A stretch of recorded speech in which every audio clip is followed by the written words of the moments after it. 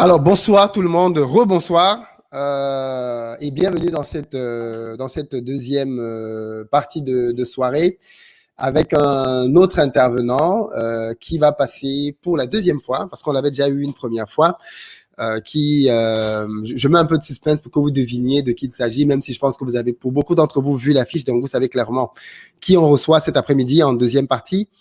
C'est quelqu'un qui a un parcours qui est très inspirant pour moi déjà et qui a quitté la France, non pas comme étant contraint de quitter la France pour retourner en Afrique, parce qu'il avait une situation assez confortable ici, mais plutôt parce qu'il avait comme compris que l'avenir pour lui, pour sa famille, se jouait sur le continent. Donc, il a eu effectivement cette décision de retourner sur le continent pour travailler là-bas et devenir un acteur du changement, justement.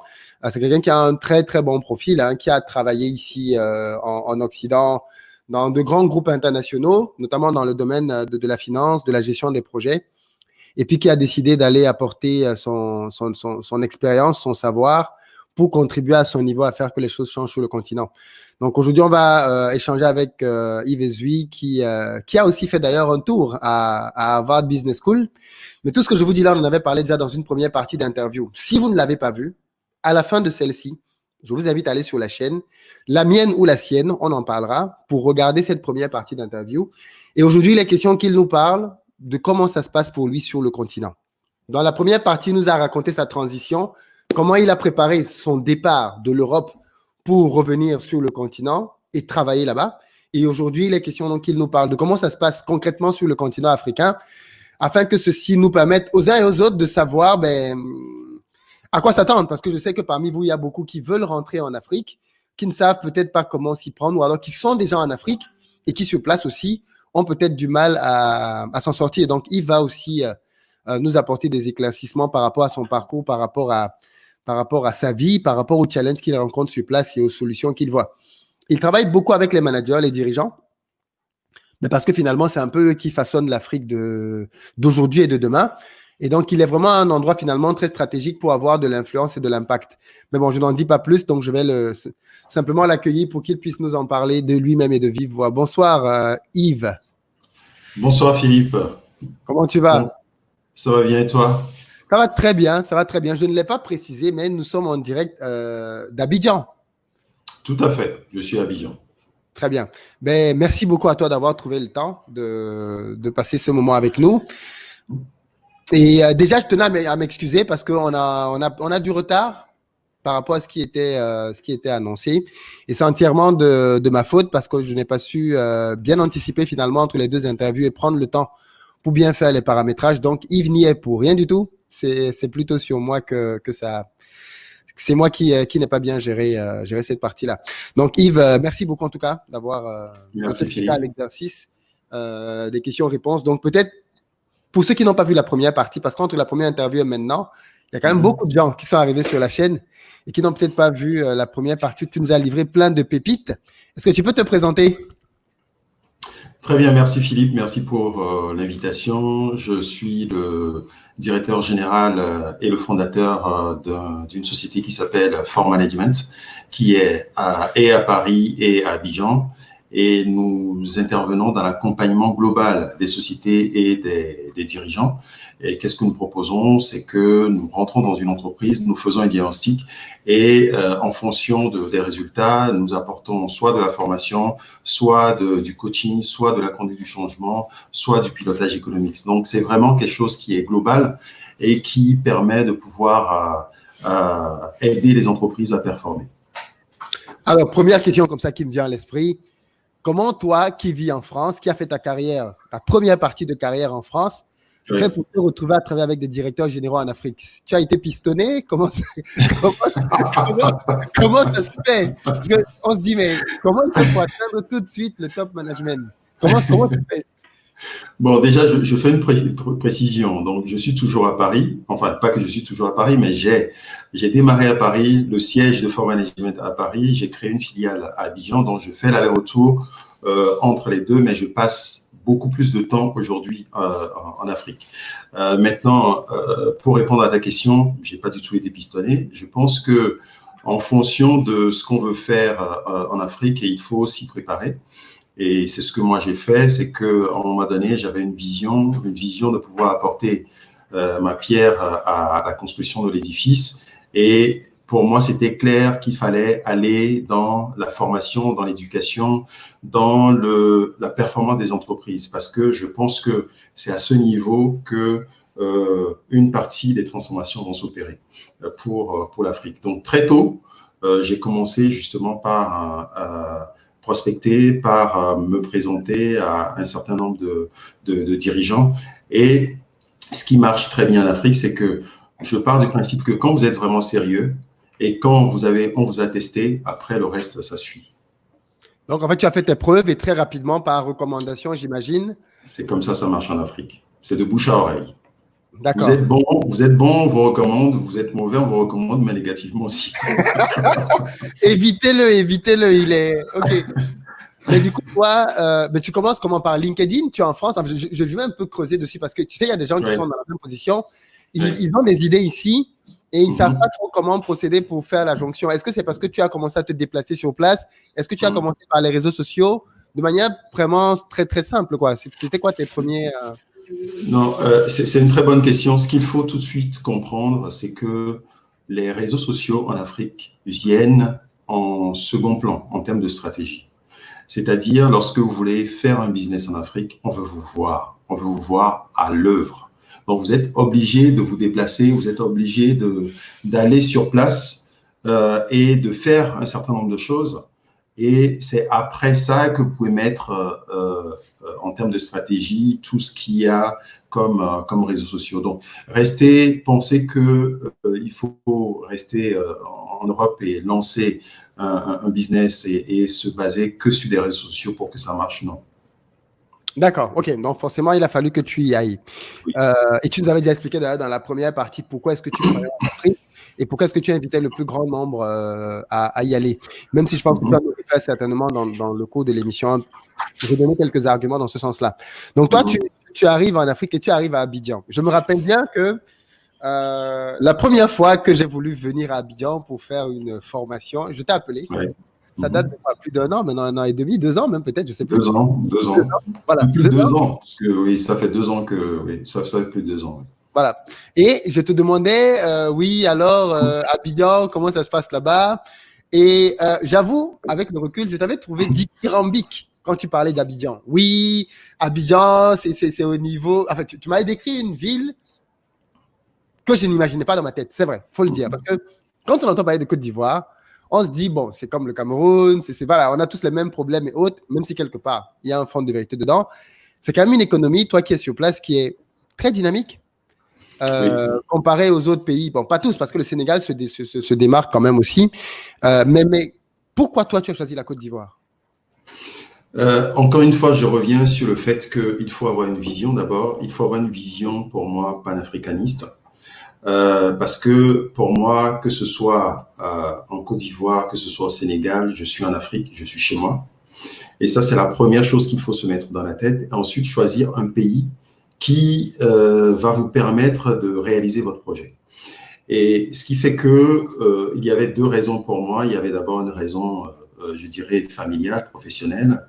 Et il y avait une raison aussi, je dirais… au niveau statistique, il faut comprendre que la Côte d'Ivoire, c'est 40% de la richesse de l'Afrique de l'Ouest. C'est 40% de l'économie de l'Afrique de l'Ouest. Ah oui, quand même. Ce qui fait que… Afrique de l'Ouest francophone, bien sûr. Okay. Oui, 40%. Okay. Donc, ce qui fait que si on rajoute le Sénégal, je crois qu'on dépasse les 60%. Rien que le Sénégal et la Côte d'Ivoire font 60% de la richesse de l'Afrique de l'Ouest. Donc, ce qui fait que lorsque vous voulez faire un business, oui, il faut savoir où est-ce que vous devez être.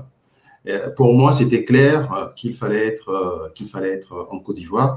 Et surtout, ce que je vous disais, c'est qu'il faut rentrer dans une logique panafricaniste, dans le sens où il ne faut pas se dire je suis de telle origine, je suis de telle nationalité ou bien tel background au niveau de l'Afrique. Donc, il faut que je retourne chez moi. Pour moi, chez moi, c'est l'Afrique, c'est le continent. Ce n'est pas dans mon pays d'origine. Et il faut l'intégrer et ne pas tout de suite se dire « je veux retourner en Afrique ». Il faut que ce soit dans mon pays d'origine. Il faut être là où il y a le business, il faut être là où les décisions se prennent. Et encore une fois, bon, après, moi, pour ma part, il y a eu d'autres paramètres familiaux qui sont rentrés en jeu. Donc, bon, le choix était très clair. D'accord, ok, très bien. Et aujourd'hui, tu es bien heureux d'être en Côte d'Ivoire. Tu ne regrettes pas ce choix? Pas du tout. Pas du tout. Pas du tout. Si c'est à refaire, je le referai. Tu repartiras en Afrique et tu repartiras en Côte d'Ivoire. Oui. Mais pourquoi?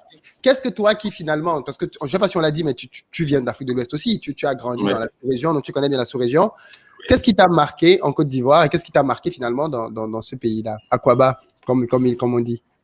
Je reviens à chaque fois là-dessus parce que pour moi, c'est important. Il n'y a pas que la Côte d'Ivoire. Il y a la Côte d'Ivoire, bien sûr, qui est un choix stratégique pour moi, mais ce n'est pas un seul pays. Pour moi, c'est qu'il fallait être dans un pays qui constitue un peu le hub au niveau de ma société. C'est que si je suis en Côte d'Ivoire aujourd'hui, j'ai des clients qui sont au Burkina Faso, des clients qui sont au Niger, des clients qui sont au Togo, des clients bientôt au Ghana, au Nigeria. Et le fait d'être en Côte d'Ivoire me permet de pouvoir accéder à ces clients. Donc, ça pourrait être Cotonou, ça pourrait être Lomé, ça pourrait être, je dirais, Ouaga. Mais bon, comme je viens de l'expliquer, c'était un choix pour moi qui était clair compte tenu des paramètres qui étaient devant moi. Après, si on revient sur la Côte d'Ivoire, je l'ai déjà dit, c'est pas comparable. Je veux pas faire du mal à nos. je ne veux pas rentrer dans cette polémique. Attention, voilà. Attention, je ne veux pas rentrer dans cette polémique, mais je pars du principe qu'il faut être là où il y a plus d'opportunités pour vous.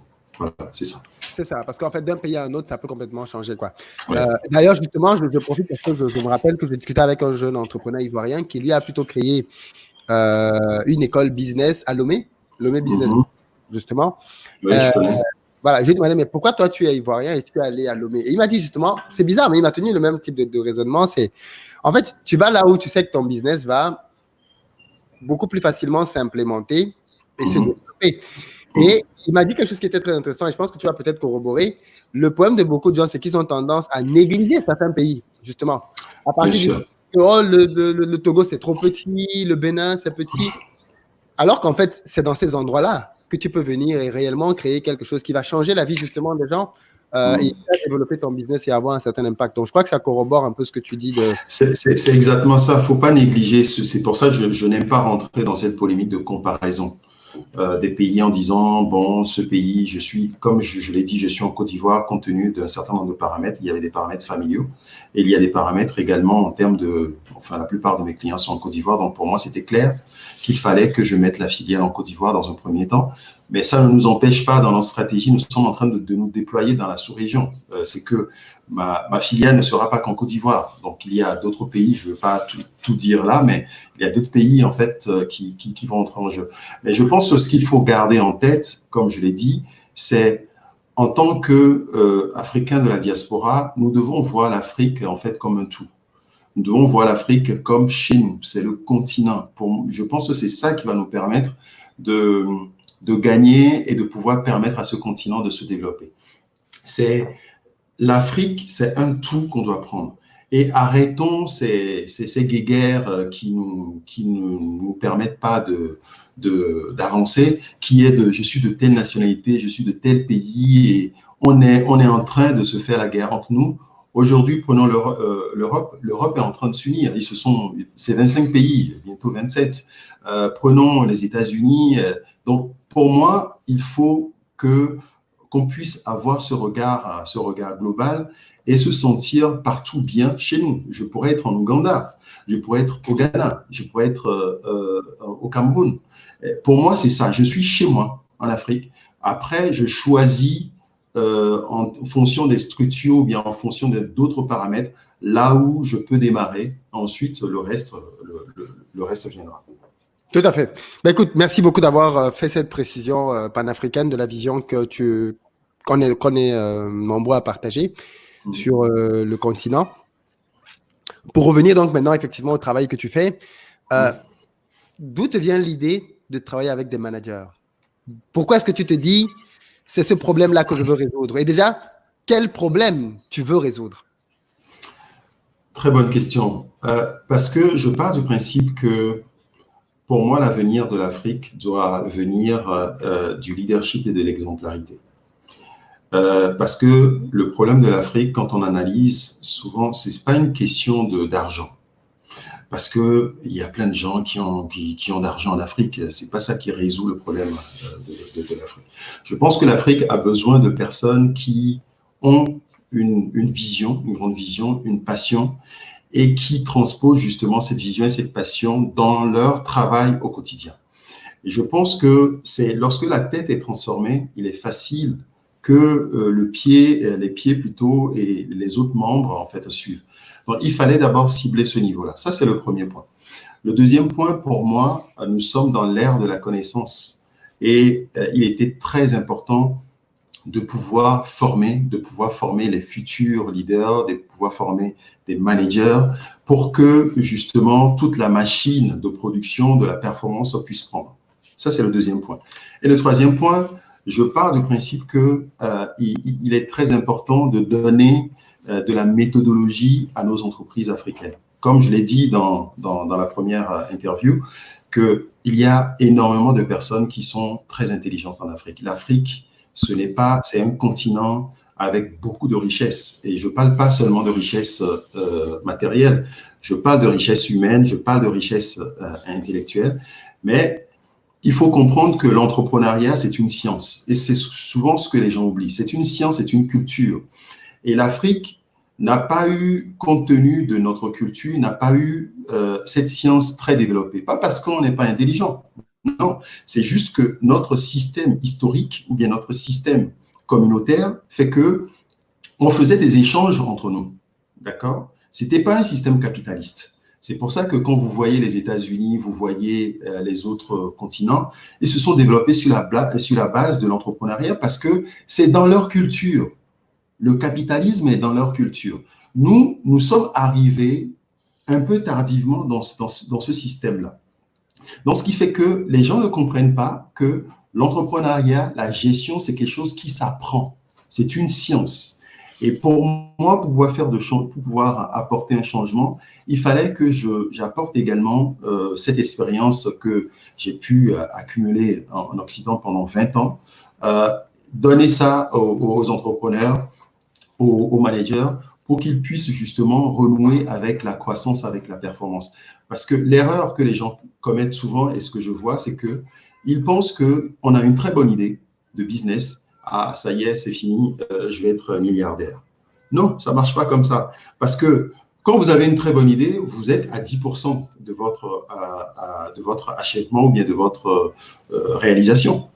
Maintenant, il faut de l'accompagnement, il faut de la gestion, il faut des techniques, il faut savoir manager les gens, il faut savoir manager l'argent, il faut savoir, il y a énormément de choses et tant que vous ne l'apprenez pas, vous ne saurez pas. Donc, c'est ce que nous faisons au niveau de Form Management et c'est ce qui a fait, je dirais, grâce à Dieu, notre marque et que nous sommes recommandés au fur et à mesure. Et aujourd'hui, justement, il y a pas mal de dirigeants que nous accompagnons de PME et que nous aidons. Alors, toi qui viens justement dans ce secteur-là, j'ai l'impression que c'était quand même un peu un secteur jusqu'à présent réservé à beaucoup de cabinets de conseil occidentaux qui venaient et coachaient finalement les directeurs de nos structures locales. Comment est-ce que toi, tu es accueilli? C'est-à-dire, est-ce que parfois, tu n'as pas l'impression aussi qu'il y a une sorte de défiance oui, mais qui est-ce que c'est celui-là? Est-ce que tu es toujours accueilli avec le respect que ton travail mérite ou alors parfois, tu dois faire tes preuves pour dire, OK, j'ai ma place dans cet univers-là? Dans chaque business, il faut faire sa place. Il n'y a pas de business où vous arrivez et puis vous avez un tapis rouge qui se déroule et puis vous avancez. Ça n'existe pas. Donc, vous êtes obligé dans un premier temps de faire votre preuve. Mais je pense que ce que nous avons apporté au niveau de Form Management, c'est que nous avons apporté du sur-mesure. Les cabinets, les Big Five ou bien les autres cabinets, en fait, qu'on les appelle occidentaux, apportent souvent du standard. Et ça ne veut pas dire que le contenu n'est pas bon. Je ne suis pas du tout en train de dire ça. Le contenu est bon, mais nous, en plus de la qualité, nous avons apporté du sur-mesure. C'est-à-dire, lorsque nous rentrons dans une entreprise ou nous accompagnons une entreprise, c'est vraiment du sur-mesure que nous faisons. Et ça a fait la différence. Ça, c'est un. Le deuxième élément, je crois, qui a fait la différence, c'est la double culture occidentale et africaine de Form Management.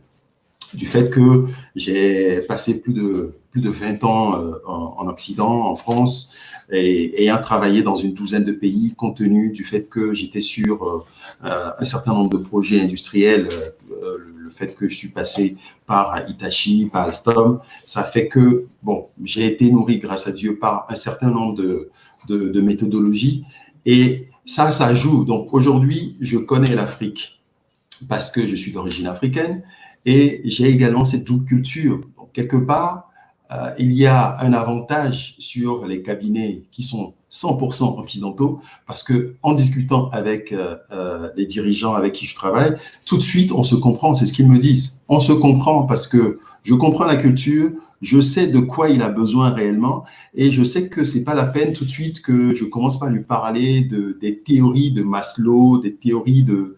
Bon, c'est pas ça qui l'intéresse. Il veut avoir son problème pratique, son problème, en fait, qu'il a devant lui, il veut que ce problème, en fait, soit résolu. Et le fait de comprendre la culture permet de faire la différence. Alors, très, très, très, très, très intéressant. Le public est conquis. Miss dit ce monsieur est sérieux et concret. Merci, Miss. Donc, OK. Mais pour continuer dans la même logique, aujourd'hui, tu as quand même déjà pas mal d'années d'expérience sur ce terrain-là. Je crois que ça fait déjà 7 ans. Ça fait un moment quand même. Le temps passe vite. Qu'est-ce que tu constates? Tu l'as dit tout à l'heure, les Africains étaient tout aussi intelligents que les autres. C'était pas là la difficulté. Pour toi, le problème, il venait peut-être sur d'autres éléments. Comment est-ce que... Parce que finalement, toi, tu viens un peu pour apporter bien souvent aussi du changement. Or, on sait tous qu'il n'y a rien de plus complexe que de changer ses habitudes.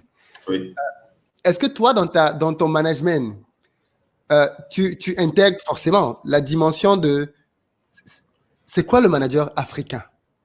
C'est-à-dire, tu sais que maintenant, on est dans une période dans laquelle on est de plus en plus le retour aux sources. On est africain et on doit être fier de vivre comme des Africains, ce qui est vrai. Mais dans le domaine du management, c'est donc quoi être un manager africain? Déjà, je pense que, parce que on a même écrit tout récemment avec l'équipe un livre blanc justement sur le sujet qu'on appelle les 7 étapes de transformation, et qui parle justement de la motivation du management. Et avant de répondre à la question, j'aimerais préciser quelque chose. Quand vous maîtrisez les règles de management et de leadership, vous allez comprendre que le management, c'est la même chose, quel que soit le pays, quelle que soit la région. Il n'y a pas un management, je dirais, différent en Afrique. Et très souvent, les gens qui ont fait ça ont commis des erreurs. Parce qu'on part du principe que quand on arrive en Afrique, il faut être, je caricature, hein, il faut mal parler aux gens, il ne faut pas trop leur donner des accès parce que, attention, on risque de vous voler, on risque de... Et ce qui fait qu'on n'a pas le retour qu'il faut. Pour moi, le vrai management démarre d'abord du leadership et de la vision. Vous ne pouvez pas manager les gens sans vision et vous ne pouvez pas manager les gens sans leur apporter, sans passion déjà. Vous devez les propulser dans votre vision. Lorsque vous créez une entreprise, que ce soit à Abidjan, que ce soit à Paris, quand vous voyez toutes les entreprises qui sont pérennes ou bien qui sont allées très loin, ce sont des personnes qui ont partagé, c'est-à-dire le dirigeant à un moment donné a partagé la vision et qui a fait rêver les gens qui travaillent avec lui ou avec elle, parce que ça peut être un homme ou une femme. Et c'est à partir de ce moment que les gens sont motivés pour vous. Parce que ne faut pas oublier que c'est une équipe. C'est comme vous êtes un entraîneur. L'entraîneur sans équipe ne peut pas gagner. Et souvent, c'est ce que les gens oublient. Le management oublie, si vous êtes un manager, vous pensez que parce que vous payez un salaire aux gens ou bien à vos collaborateurs, et là, c'est bon, vous pouvez tout leur demander, leur parler n'importe comment, vous n'irez pas très loin. Et je pense que le fait d'intégrer cela fait vraiment la différence. Et souvent, je dis qu'il faut être honnête envers soi-même et être dans un alignement intérieur et extérieur. Et souvent, je le dis à mes collaborateurs, je dis, ça ne sert à rien que j'aille prêcher aux autres de bien manager, d'adopter du leadership, si moi-même, à mon niveau, j'arrive pas à le faire. Ça ne sert à rien de dire aux gens, il faut prêcher l'excellence, si à mon niveau, c'est de la médiocrité. C'est pour ça que mes collaborateurs te le diront, je suis très, très exigeant sur l'excellence, sur la performance. Parce que c'est ça la différence, c'est là où la différence se fait. Et je reviens également sur la question que tu avais posée tout à l'heure, c'est que les gens oublient que pour faire la différence, il ne faut pas faire comme les autres.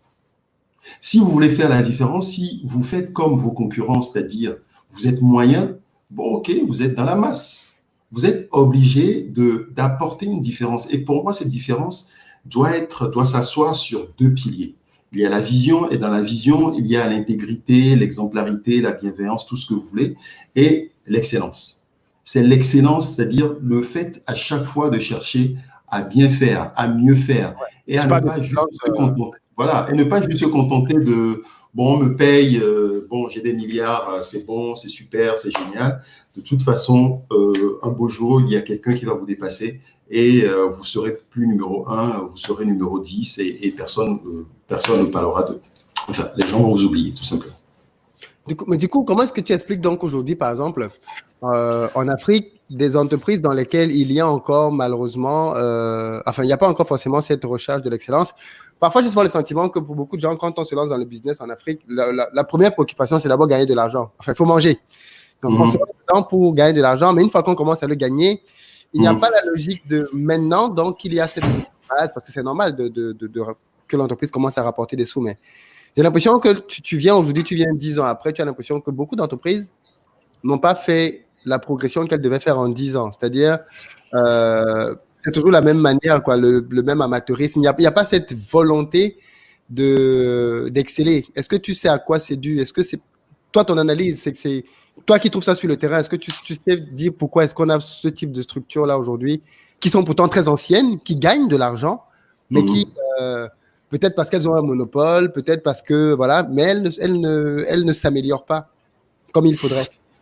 Bon, déjà, avant de répondre à la question, j'aimerais apporter une précision, c'est que il y a énormément d'entreprises ou bien d'entrepreneurs, de dirigeants en Afrique qui font des choses bien, mais on n'en parle pas. Parce que souvent, quand on parle de l'Afrique, on regarde que le côté négatif. Aujourd'hui, vous avez énormément de personnes qui sont impactantes, qui sont influentes du point de vue de l'exemplarité, mais on n'en parle pas. Et on ne parle que de soit tout le monde va vous parler de Dangote et tout le monde va vous parler en fait de la personne en fait qui fait pire, quoi. Vous voyez ce que je veux dire? Et ce qui fait qu'on est trop focalisé que sur la partie négative. Ça, c'est le premier point. Le deuxième point, je pense que pour répondre à la question, souvent c'est un manque de vision. Je reviens à chaque fois là-dessus. C'est un manque de vision, c'est de se poser la question, pourquoi on fait ça?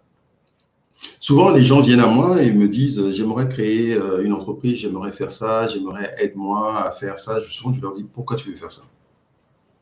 Parce que le pourquoi est très, très, très important. Si le pourquoi, c'est juste que dans 5 ans ou bien dans 10 ans, qu'on dise que je suis le numéro 2 après Dangote, c'est juste ça qui m'intéresse, je pense que je passe à côté de quelque chose. Ça ne veut pas dire que ce n'est pas important d'être riche. Je ne suis pas en train de dire qu'il ne faut pas gagner de l'argent. Pas du tout. Ce que je suis en train de dire, c'est que je pense que les entrepreneurs africains et surtout de la diaspora doivent penser faire un business responsable en Afrique, doivent faire du business avec de la vision. Et c'est ça qui change les choses. Et ces entreprises, malheureusement, justement, gagnent de l'argent, mais n'ont pas de vision, parce que leur objectif, c'est de gagner de l'argent.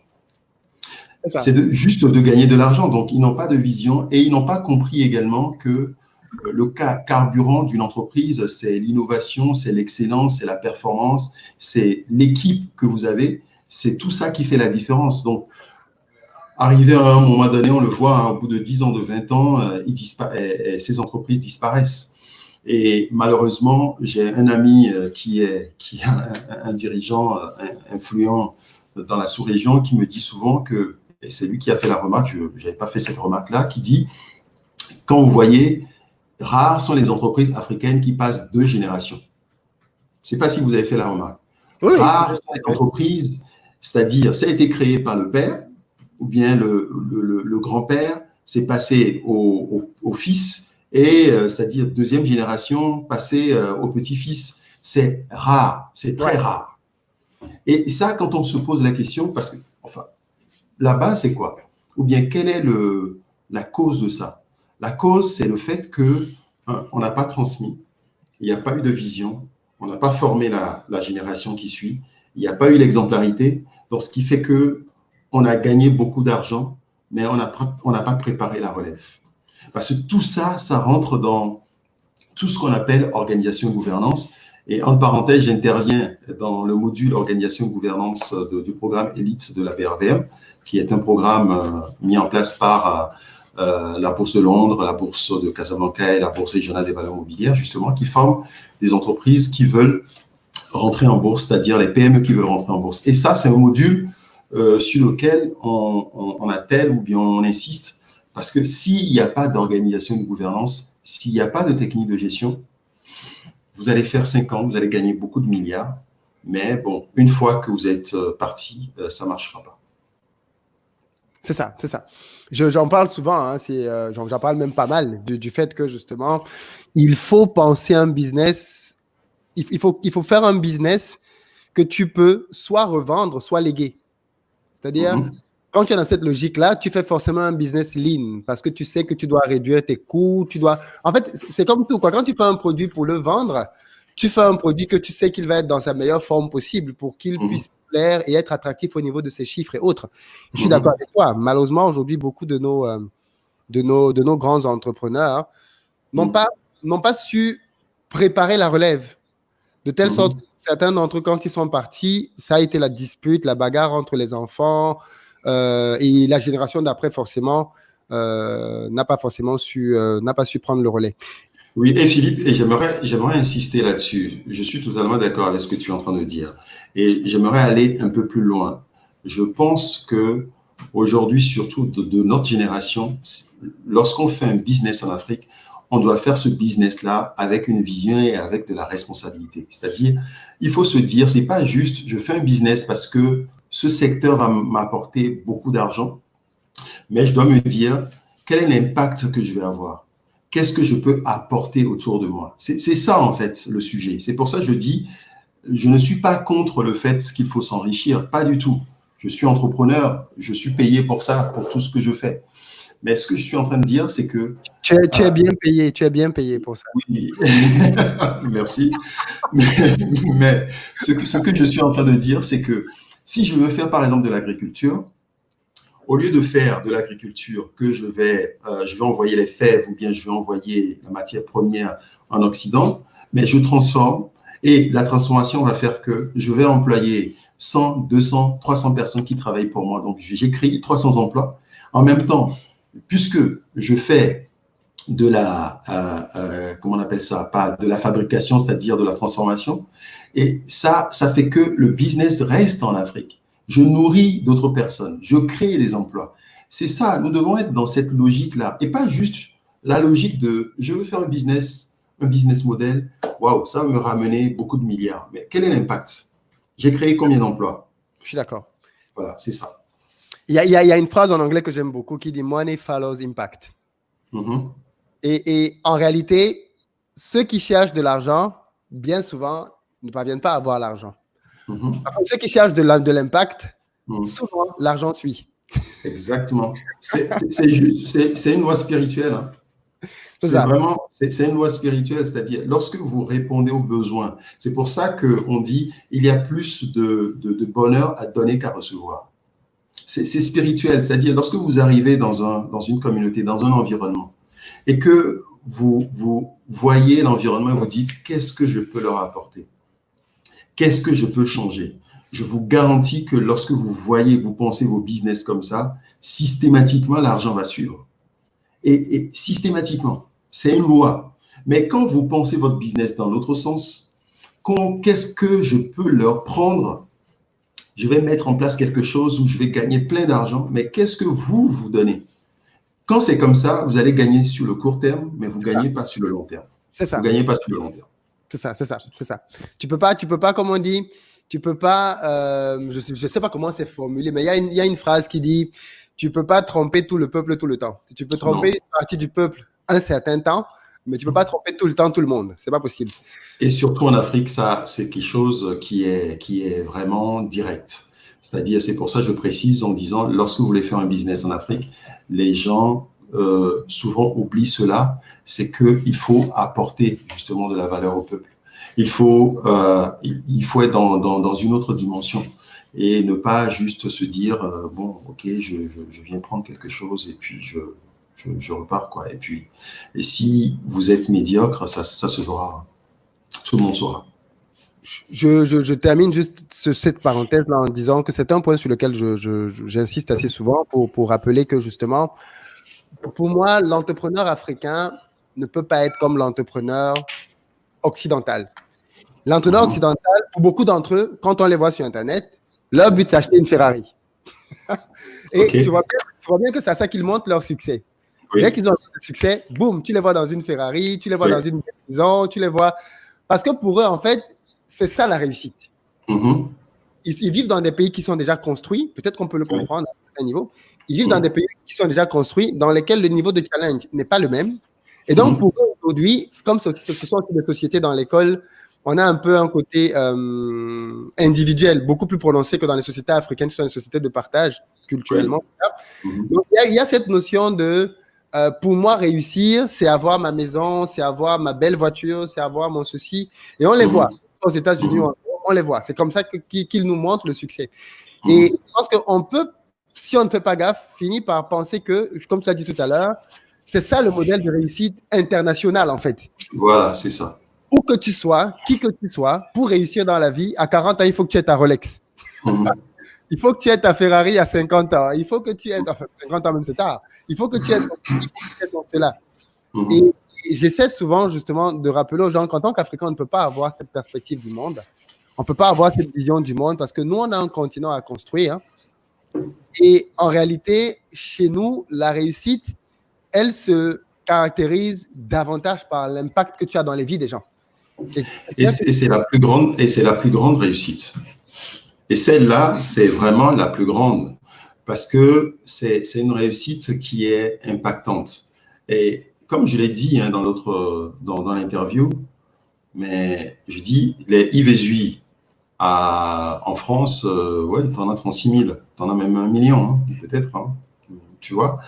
Mais pour moi, aujourd'hui, une de mes grandes satisfactions, c'est de voir que ces dernières années, on a formé, accompagné, coaché, transformé plus de 1500 dirigeants, 1500 cadres. Et qui sont très contents, qui nous le disent, qui le disent à qui veut l'entendre, que oui, voilà, Forma Management nous a apporté ça. Et moi, quand je lis ce genre de témoignages, franchement, je me dis, c'est ma plus grande réussite. Je suis d'accord. Et ça ne veut pas dire que ces personnes n'ont pas payé. C'est pas, pour moi, la réussite, c'est pas parce que j'ai plusieurs zéros sur mon compte bancaire, même si, grâce à Dieu, ce sont des personnes qui nous payent, on les accompagne, nous payent pour ça. Mais ce n'est pas ça pour moi. C'est la reconnaissance, c'est le retour, le feedback positif que nous avons de ces personnes. Pour moi, c'est la plus grande des réussites. Et je trouve que tu as bien fait de préciser cela, Philippe, parce que réussir en ayant, ok, sa Ferrari, c'est très bien. Bon, ok, c'est le choix. Chaque personne, en fait, a son choix. Mais je pars du principe que le jour où je pars, je partirai pas avec ma Ferrari, quoi. Le jour où je pars, je partirai pas avec ma Rolex. En revanche, si tu as impacté énormément de vies, ce sont des personnes en fait qui vont perpétuer, qui vont parler de toi. Nelson Mandela, je pense qu'on en parlera pendant des siècles, des siècles, des siècles, des siècles. Le plus riche, hein. Oui. Oprah Winfrey, on en parlera. On parlera de plusieurs personnes qui ont impacté. On parlera de... Voilà, c'est ça. Et je pense aussi que il y a énormément de personnes qui sont impactantes en Afrique, mais l'erreur qu'on commet souvent, c'est qu'on attend que ces personnes soient des multimilliardaires avant de commencer par en parler. C'est vrai. Ça, c'est l'erreur également au niveau des Africains. Moi, je vois autour de moi des gens vraiment avec des valeurs, qui m'inspirent. Et ces personnes qui m'inspirent, ce pas des personnes qui ont des multimilliards sur leur compte. C'est ça aussi. Nous devons intégrer ce genre de valeurs, intégrer des valeurs d'exemplarité, des valeurs d'intégrité comme des standards de réussite. Mais en fait, c'est ça, quoi. Qui est-ce qu'on célèbre et qu'est-ce qu'on célèbre? Parce que je pense que cette partie de l'échange est très importante. Ça permet de faire un switch dans les valeurs. En fait, qui est-ce qu'on va célébrer demain comme héros, justement? Et tu fais très bien de le dire. Aujourd'hui, quand les jeunes parlent du continent africain, on parle des gens qui nous ont marqués, pas par leur richesse fondamentalement, mais beaucoup plus par leur valeur.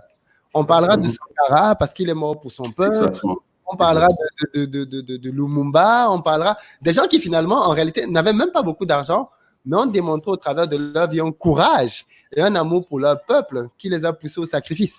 Pas forcément dans le sacrifice de donner sa vie. Mandela n'est pas mort, sa cause, même s'il était prêt à. Mais cette dévotion pour son peuple a fait que les gens se rendent compte qu'en fait, ce mec-là, et ce qui est drôle, c'est que tu te rends compte qu'au final, il a apprécié au-delà même des frontières du continent. Et c'est là que tu te rends compte, en fait, quand tu réussis à faire ça, même ceux qui regardent l'argent se souviennent qu'en fait, il y a mieux que l'argent. Oui, totalement. Comme c'est juste pour compléter ce que je vois sur l'écran, il y a Ludo Carlos en fait qui disait nous avons aussi droit de se faire plaisir. Totalement. Ce que nous sommes en train de dire, c'est que les gens, en fait, les gens opposent les deux. Ils comprennent pas que quand je parle d'intégrité, c'est-à-dire on a de l'impact, quand je dis par exemple que Form Management a accompagné, formé plus de 1500 cadres et c'est ma plus grande réussite, ça ne veut pas dire que je me fais pas plaisir. Ça ne veut pas dire que, voilà, faut pas penser que quand on cherche à impacter, quand on cherche à avoir, quand on a une vision, qu'on se prive ou bien faut pas se faire plaisir. Je suis pas du tout en train de dire ça. Je dis juste que ce qui doit être en premier, c'est l'impact. C'est ce qu'on donne aux gens, c'est la transformation qu'on veut opérer dans la société. Et maintenant, comme on vient de le dire, l'argent vient systématiquement. Et après, vous faites plaisir. Personne ne vous empêche en fait d'acheter votre Ferrari et tout en impactant la vie des gens. Je ne suis pas en train de dire que l'un empêche l'autre. Hein. Voilà. Chacun ses choix. C'est ça, c'est ça. En fait, c'est ça, quoi. On est beaucoup dans le... Je ne sais pas si ça se dit, mais on est très binaire. Soit l'un, c'est soit l'autre. Alors que là, maintenant, effectivement, tu fais bien d'apporter l'équilibre par rapport au fait que l'un n'empêche pas l'autre. Alors, on a quelques questions qui t'ont été posées, donc je vais profiter pour te les donner progressivement. Et pas juste te poser les miennes, pour permettre aussi à ceux qui ont pris le temps de te laisser quelques questions. Bien évidemment, quand une question revient chez plusieurs personnes, je ne la repose pas, c'est normal. Donc, la première mise à poser la question de savoir quel est l'obstacle qui, d'après toi, tue les entrepreneurs africains et comment passer d'un business plan à un vrai projet structuré. Ce qui tue les entreprises africaines, c'est ça? Qu'est-ce qui tue, d'après toi, les entrepreneurs africains? Je pense que tu en as déjà un peu parlé. Quelles sont leurs faiblesses, quoi? Oui, d'accord. Bon, toi, c'est vrai que tu avais parlé des managers, mais je pense que la logique aussi, c'est ce... Oui. Enfin, quand je parle de manager ou dirigeant, parce que le dirigeant, il est en même temps manager. Hein. Donc, c'est les deux, en fait. C'est la même personne. Ce qui tue, je l'ai dit, c'est le fait de croire que quand on a une idée, on devient automatiquement entrepreneur. Parce que l'entrepreneuriat, c'est quelque chose qui s'apprend. C'est des techniques.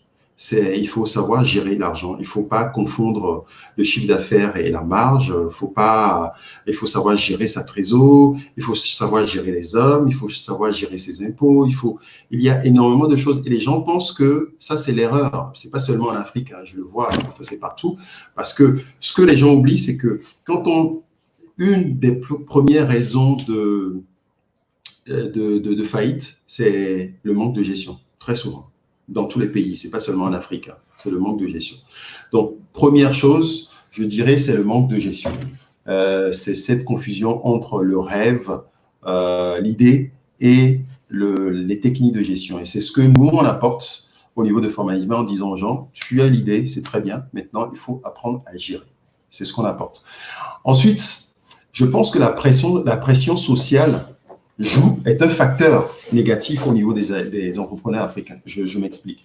C'est que la pression sociale peut faire que, au lieu de, lorsqu'on a un chiffre d'affaires, on peut commencer par se servir dans le chiffre d'affaires parce qu'il y a tel cousin, telle personne qui est malade, il y a les funérailles, des choses comme ça. Et puis, il y a ce manque, je ne sais pas si c'est ce manque de discipline, mais cette pression fait qu'on peut commencer par se servir dans le chiffre d'affaires alors que ce n'est pas le chiffre d'affaires.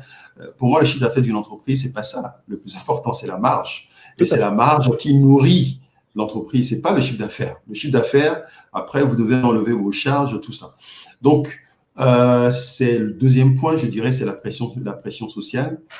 Et bon, voilà les deux éléments que je peux citer, quoi.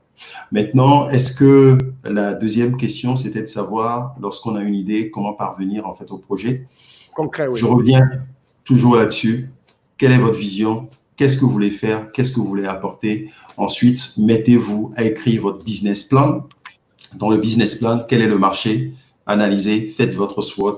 Quelles sont les menaces, les opportunités, mes forces, mes faiblesses? Quels sont mes partenaires? Et je vais m'arrêter là-dessus. Mes partenaires, très souvent, l'erreur, c'est qu'en Afrique, la plupart des entreprises, enfin, la plupart, ce que je vois autour de moi, ils accordent énormément d'importance à la confiance et ils oublient le côté compétence et motivation. Je m'explique. C'est que lorsque vous voulez recruter quelqu'un, vous voulez rentrer en contact avec quelqu'un pour faire un business, il n'y a pas que la confiance. Genre, c'est mon ami, c'est ma famille, j'ai confiance, mais si ce sont des personnes qui n'ont pas les compétences, votre business risque de péricliter. Donc, vous devez savoir avec qui vous faites affaire et est-ce que ces personnes ont les compétences qu'il faut pour pouvoir mener le business avec vous. Et ensuite, bon, vous mettez en place une stratégie marketing et vous faites maintenant l'estimation, c'est-à-dire estimation financière de votre business sur 3 ans, ce que vous allez gagner. Et si ça ne marche pas, qu'est-ce que vous allez faire? Est-ce que vous allez aller lever des fonds ou pas? Alors, je précise juste qu'on est quasiment 2000 en ce moment entre les différentes plateformes et ça ne se ressent pas au niveau des likes. Je ne pense pas que ce qui soit dit là soit déplaisant, au contraire. Donc, j'imagine que c'est un oubli. Beaucoup ont dû oublier de mettre leur like. Donc, je vous invite à vraiment mettre vos likes pour faire remonter la distribution de l'émission par les différentes plateformes et surtout partager pour qu'on soit le plus nombreux possible à pouvoir profiter de ce moment avec Yves et lui poser le max de questions possible dans l'intervalle de temps dont on dispose. Parce que ce n'est pas tous les jours que Yves donne des conseils gratuitement. Yves, je vais te poser une autre question. Oui. De Blue Luna qui dit faut-il nécessairement sacrifier sa famille pour réussir dans son business? Parce que parfois, elle se rend compte qu'elle est à des positions où elle doit faire comme un choix entre être présente pour sa famille et travailler pour ses affaires. Et parfois, on peut lui reprocher le besoin qu'elle a de se mettre à part pour faire avancer les choses. Je vais être direct. Pour moi, la famille est le socle de l'entrepreneur. La famille est vraiment le socle. C'est que vous ne pouvez pas vous couper de votre famille pour réussir un business. Après, ça dépend. Est-ce qu'on parle de la grande famille? On parle de la famille, en fait, directe.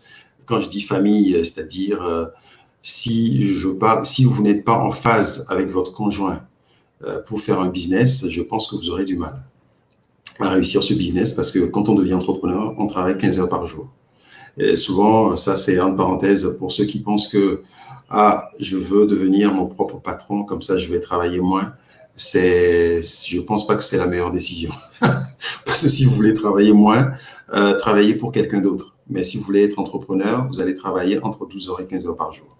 Donc, ce qui fait que votre conjoint doit être en phase avec vous. Maintenant, Est-ce qu'on parle de la grande famille, c'est-à-dire des personnes qui vous sollicitent pour que vous soyez là parce qu'on est en train de faire un funérail, parce qu'on est en train de faire la fête de telle ou telle personne? Vous devez à un moment donné savoir quel est votre objectif et ne pas être partout à la fois, parce que entrepreneur, c'est faire des choix également et vous ne pouvez pas satisfaire tout le monde.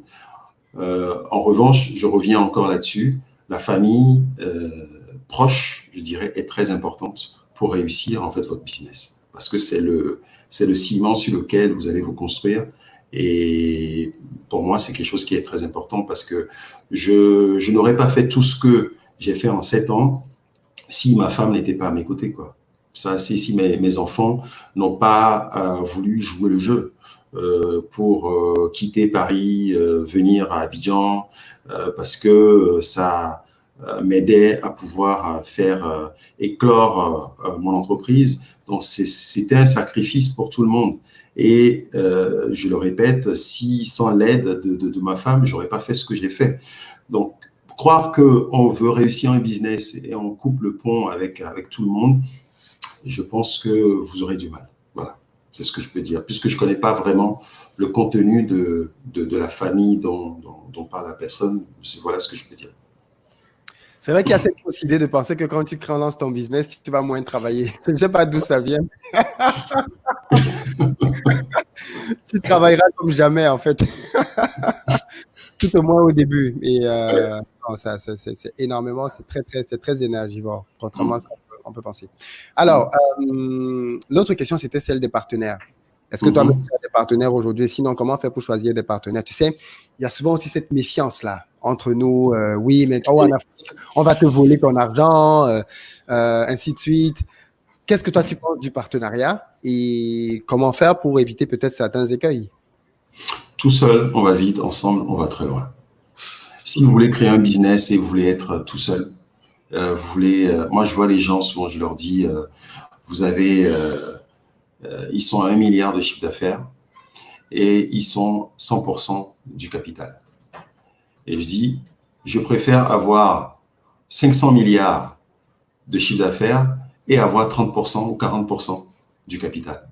Faites le calcul, vous allez gagner plus. Vous voyez, c'est ce calcul que les personnes n'arrivent pas à faire, c'est que non, je veux rien, je veux avoir personne dans mon capital, dans mon entreprise, je veux avoir personne, je vais être tout seul. Regardez souvent l'exemple que je donne. Établissement père et fils. Voilà, établissement père et fils. Et je fais 200 millions de francs CFA de chiffre d'affaires, 1 milliard max. Et bon, voilà, ça s'arrête là. Encore une fois, je me dis, c'est un choix. Je ne suis pas en train de dire, c'est le choix de la personne. Maintenant, si votre choix est d'arrêter ou bien d'arriver à ce niveau, good, c'est votre choix. Maintenant, si vous voulez aller plus loin, vous êtes obligé d'avoir des partenaires. Parce que, regardez, citez-moi les 500 plus grandes entreprises du monde, ou même, du monde, vous ne trouverez pas une entreprise avec un capital 100% qui appartient à une famille. Ça n'existe pas. Ça n'existe pas. Trouvez-moi une seule entreprise parmi les 500 plus grandes entreprises au monde où les 100% du capital 100% appartient à une famille. Ça n'existe pas. Donc, c'est qu'à un moment donné, lorsque vous voulez aller plus loin, vous êtes obligé de faire du partenariat. Je reviens maintenant à la question. Non, mais juste, je pense que les gens ne s'en rendent pas compte, mais il faut peut-être donner quelques exemples. Je crois que Mark Zuckerberg, dont on parle tout le temps de Facebook, il a 24% de part. Apple, pourquoi Steve Jobs a été éjecté à un moment donné? Il n'avait que, à un moment donné, 33% des parts. C'est ça. Je crois, de Apple. C'est pour ça qu'on lui a dit, rentre chez toi, on va te payer des milliards tous les ans, mais tu n'es plus CEO d'Apple. Et il est revenu 10 ans après. Allez regarder en fait l'histoire. Mais je reviens à la question de la personne, comment choisir ses partenaires? Pour moi, il y a 3 critères. Le premier, c'est que l'erreur qu'on commet souvent, c'est qu'on s'attelle beaucoup trop sur la confiance. La confiance, elle est très importante, hein, mais cette confiance-là, souvent, se se limite à nos familles. On se dit, bon, c'est mon cousin, j'ai un frère au pays, j'ai un cousin qui peut m'aider à faire un business. Mais ce cousin n'a pas les compétences. Ce cousin n'a pas la motivation qu'il faut. C'est pour ça que pour pouvoir recruter son partenaire, il faut les 3 critères. Les 3 critères pour moi, c'est la confiance, la motivation et la compétence. Est-ce que la personne avec qui vous êtes en train de vous associer peut justement vous permettre d'aller plus loin en termes techniques? Maintenant, en termes d'impact ou bien d'intégrité, ça, je mets ça au niveau de la confiance. C'est-à-dire, cette confiance, c'est pas seulement juste une question de confiance, mais est-ce que les valeurs de la personne épousent mes valeurs, rencontrent mes valeurs? Encore une fois, ce que je dis, c'est que puisque j'ai une vision, et cette vision est d'impacter et d'apporter aux plus faibles également, c'est que je dois avoir des personnes qui vont dans mon sens. C'est pour ça qu'il est très important de valider ce critère-là. Et ce que je vois souvent, c'est que les gens valident le critère confiance. C'est mon frère, c'est mon cousin, on se connaît, on se comprend bien, c'est très bien, mais il n'est pas compétent quoi, pour vous aider à gérer le business. Maintenant, si c'est un frère ou un cousin et il est compétent, il est motivé, alors là, je dirais, vous avez gagné vraiment le jackpot. C'est vraiment super. D'accord, très bien. Les amis, continuez de partager l'émission, hein, continuez de partager l'émission. Et c'est vrai que c'est une grosse contrainte quand même pour les gens qui sont dans la diaspora. Alors, il y a les 2 cas de figure. Il y a ceux qui veulent tout faire par eux-mêmes, c'est-à-dire je suis dans la diaspora, je peux travailler avec personne sur place. Oui. Et évidemment, tu confrontes à des difficultés. Puis tu as l'autre opposé, je ne veux travailler avec personne. Je veux faire moi-même mon truc tout seul. Alors, dans plein de secteurs, il y a un réel intérêt à avoir un partenaire local. Quelqu'un qui est déjà sur le terrain, qui cravache déjà, en validant bien évidemment un certain nombre de choses. Mais avoir un partenaire, c'est tout à l'heure, quoi. Mieux vaut avoir, c'est pas moi, 50% de 1 milliard que 100% de 0. Parce que non, ou même 100% de 2 millions. Oui, de 2 millions. C'est ça. Mais les gens ne comprennent pas, ne comprennent pas toujours la nécessité de ce genre de projet. Alors, je précise juste, comme on est quand même assez nombreux maintenant, que tu t'es mis depuis peu aux vidéos. Donc, tu produis du contenu aussi maintenant. C'est très, très bien. Oui. Vraiment. Et tu as une chaîne YouTube. Oui, nous avons une chaîne YouTube qu'on appelle plateforme For Management TV. Parce que ça a été, encore une fois, ça c'est un exemple, parce que j'ai des dirigeants qui me le demandent depuis 2 ans, qui me disent, ça serait bien que tu fasses quelque chose comme ça, parce que tu nous formes, tu nous donnes des conseils, mais on aimerait avoir des conseils maintenant vidéo chaque semaine, parce que c'est ce que nous avons fait. Donc, nous avons lancé For Management TV, qui est une plateforme qui donne des bonnes pratiques, des outils aux dirigeants de manière à leur permettre de réussir de la meilleure des manières, leur donner des outils pour qu'ils puissent performer, quoi. Voilà. Donc, on sort des vidéos chaque semaine sur un outil particulier ou bien en matière de technique de gestion ou de gestion d'entreprise. Voilà. D'accord. Donc, à la base, tu as voulu répondre à une demande qui te venait de tes clients, finalement. Mais aujourd'hui, finalement, comme c'est sur une plateforme libre, tout le monde y a bien évidemment accès. Et moi, j'ai regardé tes vidéos et bien évidemment, c'est très bien fait. Hein. La rigueur, le professionnalisme, c'est très, très bien. Faut continuer comme ça. YouTube, bon, je ne t'apprends rien. C'est un canal, c'est pas simple, mais il faut travailler. Je te fais confiance là-dessus pour. Merci, Philippe. Donc, les amis, tous ceux qui s'intéressent au management, tous ceux qui veulent créer un business un jour ou qui ont déjà un business, vous savez vers quelle plateforme vous dirigez désormais pour pouvoir avoir du contenu gratuit de très bonne qualité. Parce que là-dedans, bien évidemment, il produit assez souvent des vidéos pour partager, comme il a dit lui-même, hein, des outils. Mais c'est une chaîne très récente, donc c'est très, très récent. Et y aller maintenant vous donne justement la latitude de pouvoir avoir tout le contenu. Beaucoup de gens, quand ils viennent s'investir au pays, se plaignent. Ils disent, ouais, mais il y a plus de 400 vidéos, il y a trop de vidéos. OK, vous n'êtes pas arrivé au début.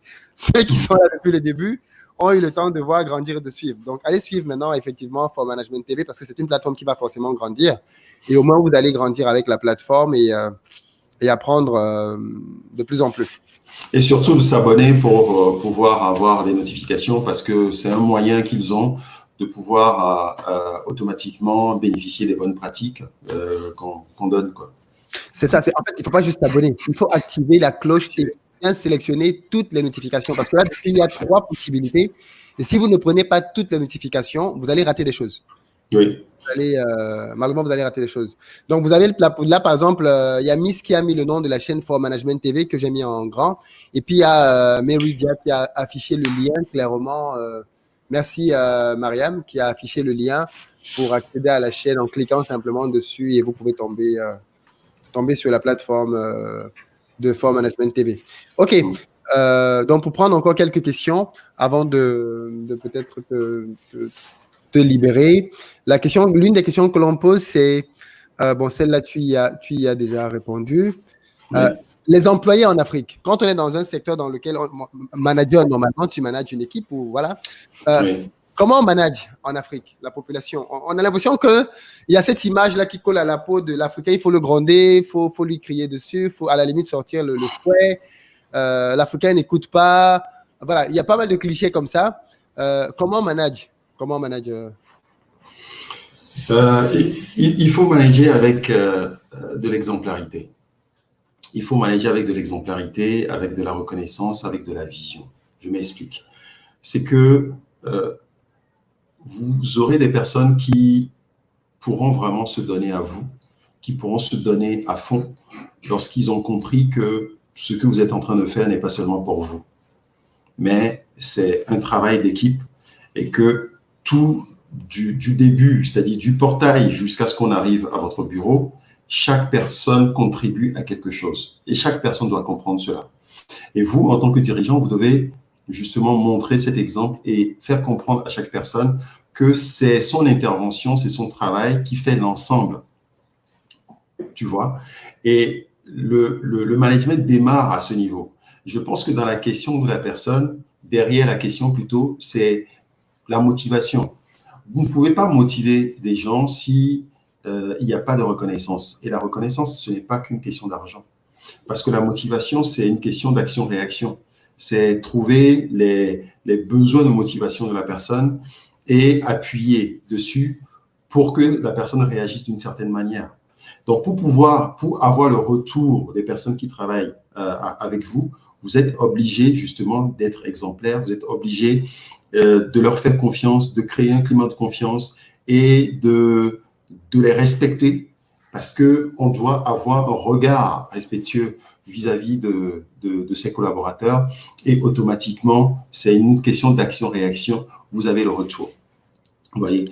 Deuxième élément, ce que je peux apporter, nous avons sorti récemment un outil qu'on appelle Trace qui permet de déterminer les besoins de motivation d'un collaborateur. C'est pas parce que c'est nous qui l'avons inventé, mais c'est un outil vraiment qui est très apprécié, qui en 5 lettres, vous faites le sondage, vous répondez plutôt au questionnaire et tout de suite on vous dit, voilà le profil de votre collaborateur pour pouvoir le motiver, voilà ce que vous allez faire.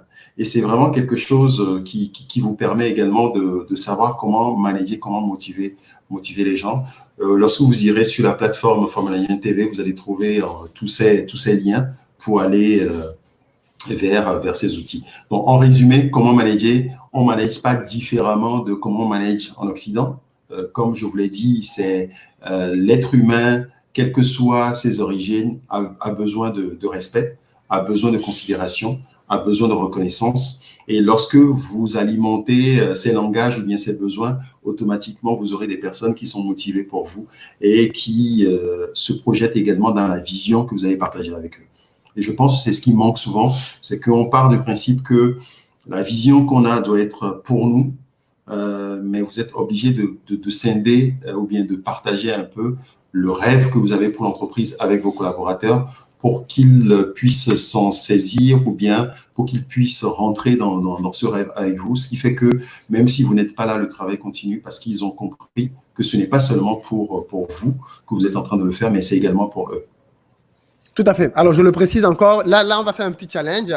On est passé de 180. Là, je viens de regarder la chaîne. On est à pratiquement 500. Ce serait bien qu'on dépasse la barre des 1000 pendant qu'on est en direct parce que ne remettez pas à plus tard. Prenez 30 secondes, allez vous abonner et revenez. Le direct ne fuit pas. Et puis, avec la barre des 1000 abonnés, je pense que YouTube débloque davantage de possibilités dans la chaîne aussi. C'est-à-dire, il y a des choses que tu peux pas faire. Merci, Philippe. Voilà. Donc, dès qu'on franchit la barre des 1000 abonnés, Yves aura aussi plus de latitude dans le type de contenu et d'émissions qu'il peut proposer, chose auxquelles il n'a pas accès avant les 1000 abonnés. Donc, si on peut symboliquement les 1000 abonnés maintenant, ce serait vraiment sympa. Merci aux followers. Merci, Philippe. Non, il n'y a pas de souci. C'est pas juste, c'est aussi le bon travail qu'on promeut.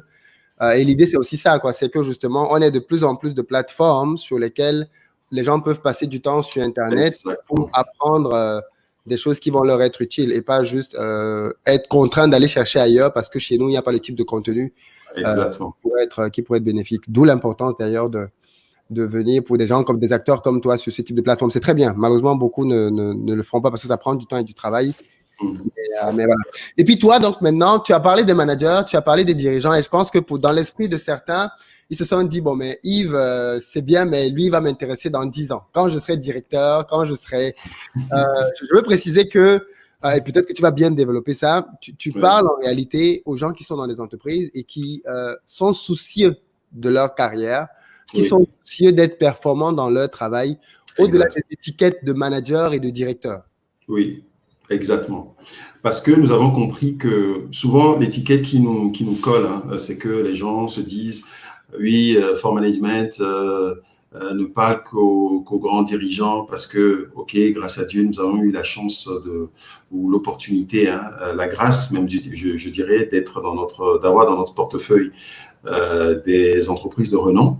Mais nous, on intervient également au niveau justement des managers. Quand je dis managers, c'est managers premier niveau ou bien même toutes les personnes qui veulent avoir des conseils nécessaires pour réussir leur mission de manager. D'ailleurs, nous avons mis en place une formation récemment qui est 100% en ligne avec un complément en live interactif qui s'appelle 7 jours pour réussir sa mission de manager, de dirigeant, où nous donnons énormément de conseils. Lorsque vous allez sur la chaîne, vous cliquez dessus, vous allez voir.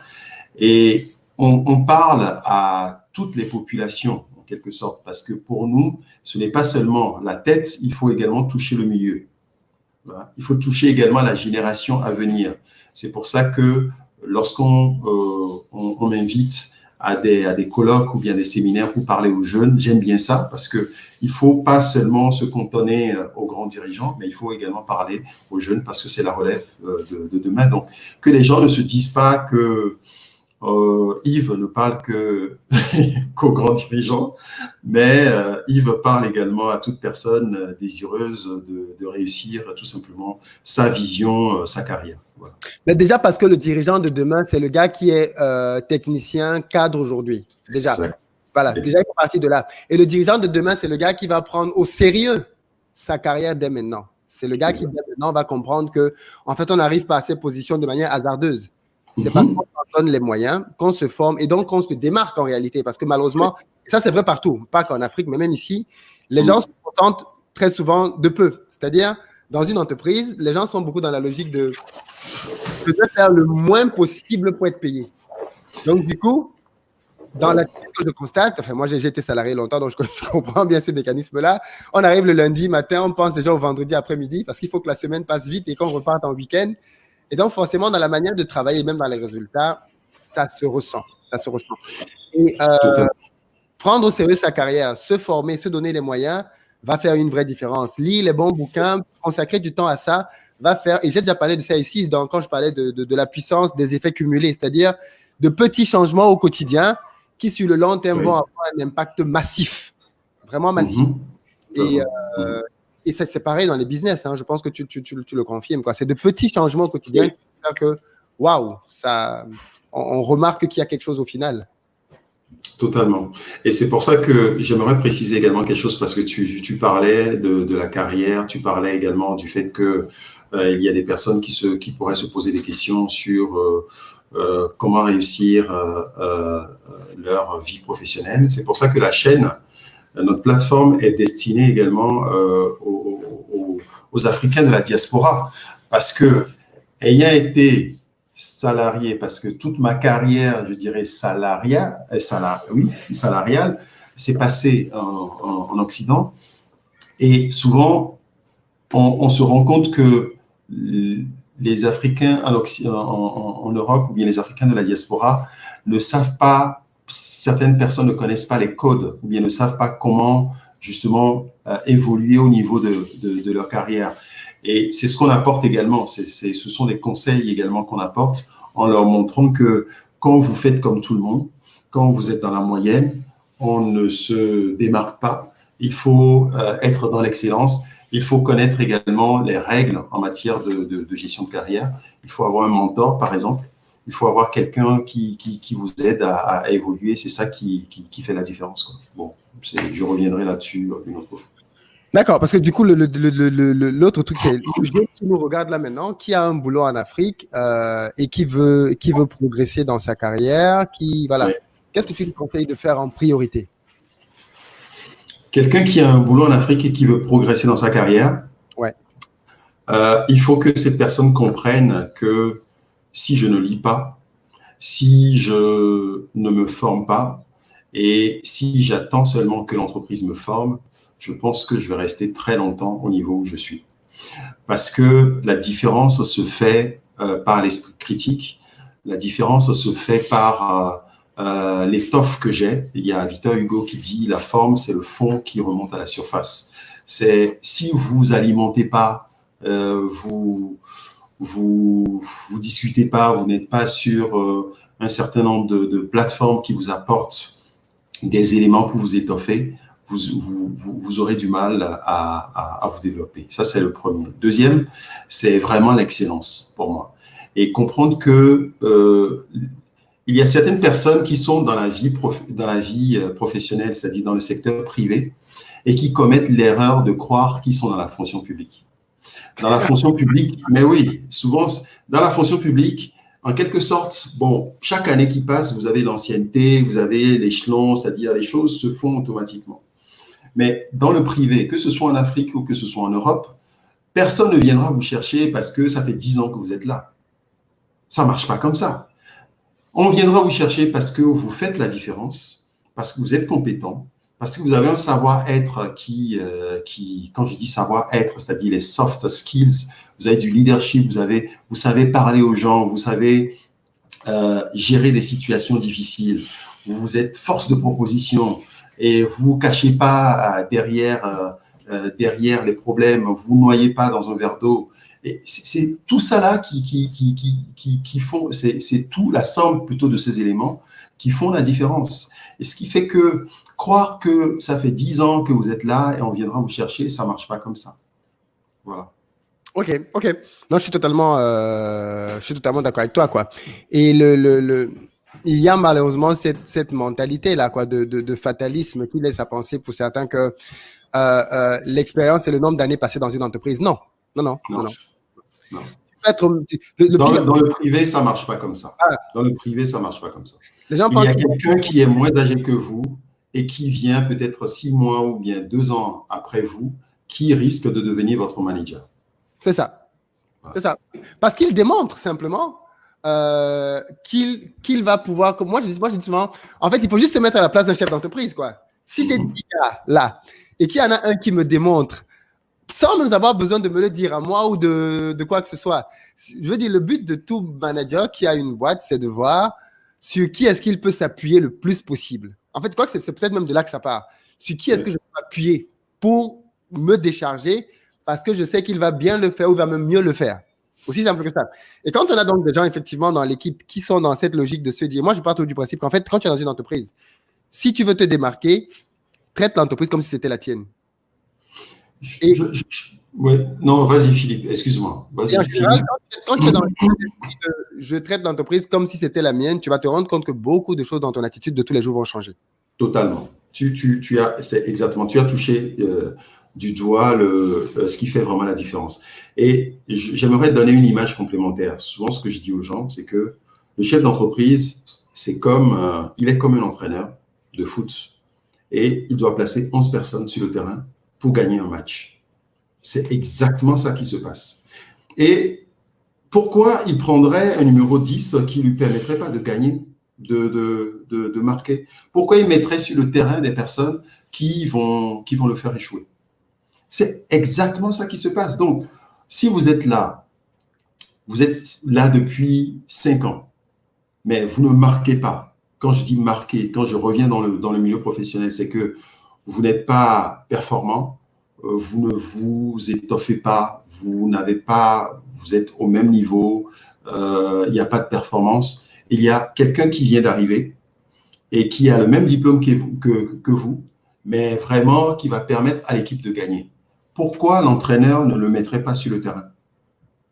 Vous voyez, lorsque vous avez cette image-là et que vous avez l'image également complémentaire de ce que tu viens de dire, Philippe, c'est-à-dire l'entrepreneur, il fait permanemment ce calcul-là. Il veut gagner. Il faut que, pas qu'il veut gagner, il veut que l'entreprise gagne.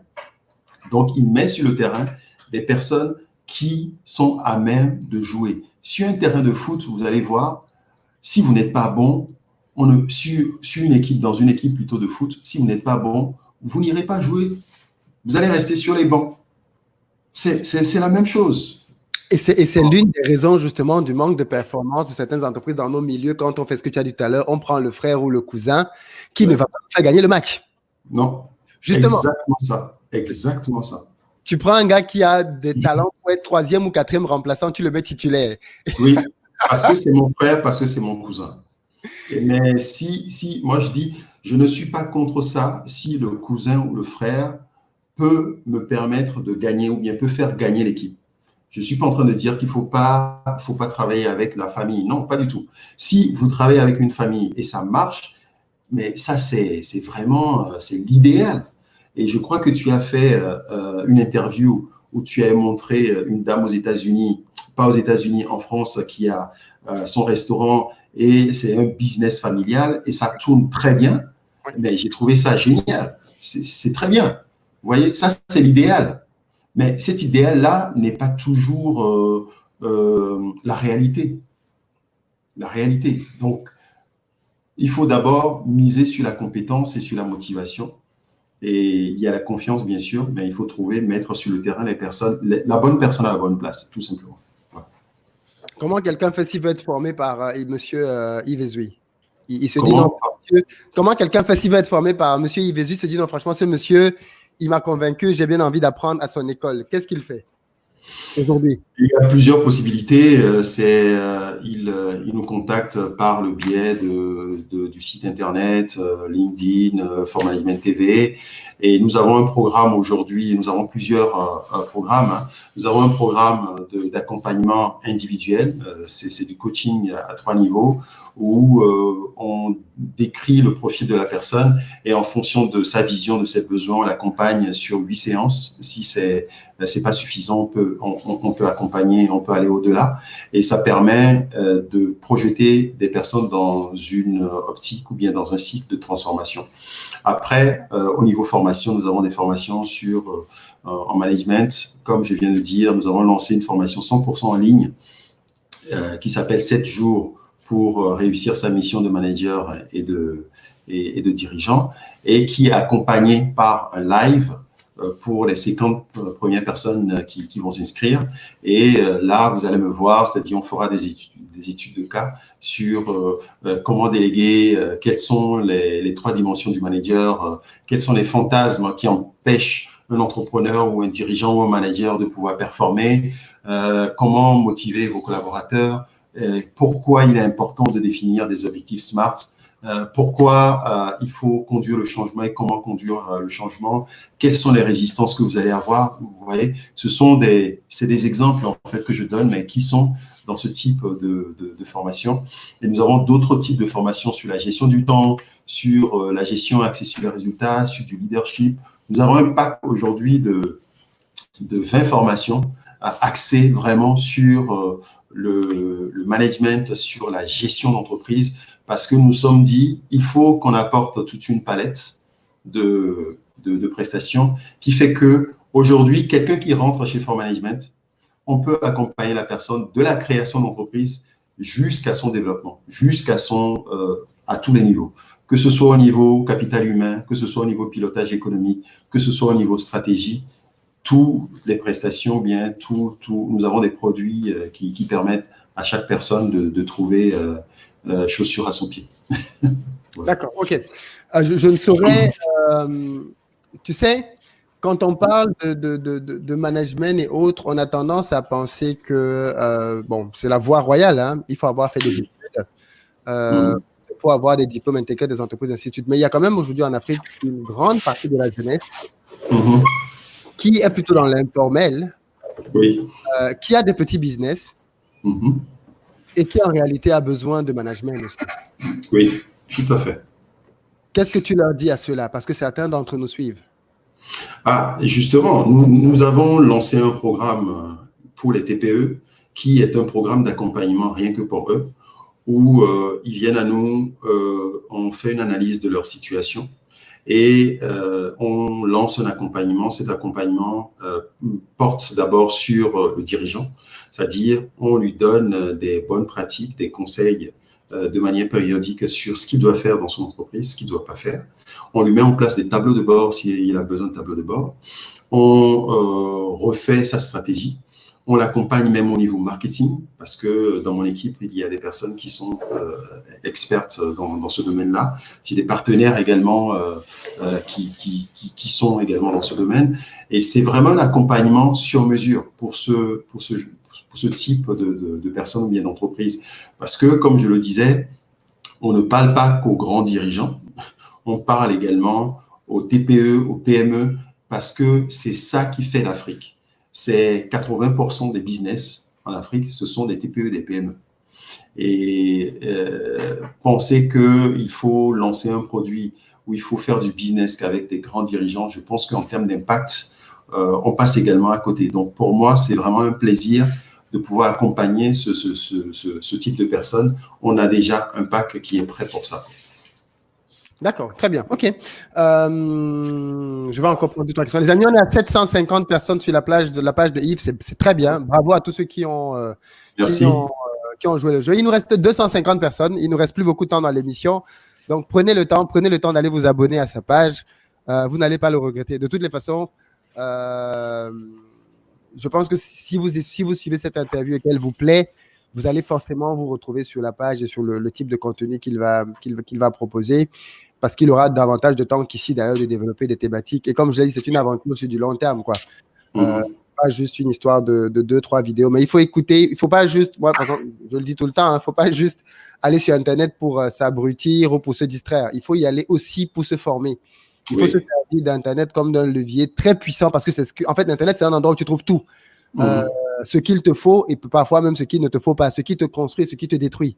Et malheureusement, aujourd'hui, beaucoup d'entre nous se servent souvent des réseaux sociaux uniquement pour de la distraction, alors qu'en fait, il y a là-dedans des contenus comme celui qu'on a cet après-midi de très bonne qualité, qui sont gratuits et qui peuvent déjà, rien qu'en les appliquant, vous permettre d'avoir certaines différences dans ce que vous êtes en train de vouloir entreprendre dans votre chemin. Et puis partager, bien évidemment, massivement, parce que c'est aussi un moyen d'encourager ceux qui produisent le contenu, mais aussi de soutenir ce que vous aimez, en fait. Parce que quand vous leur partagez du bon contenu, vous leur donnez accès à de l'information. Parlant d'information, le monde aujourd'hui, et tu m'as envoyé cette semaine une petite vidéo qui parlait de ça.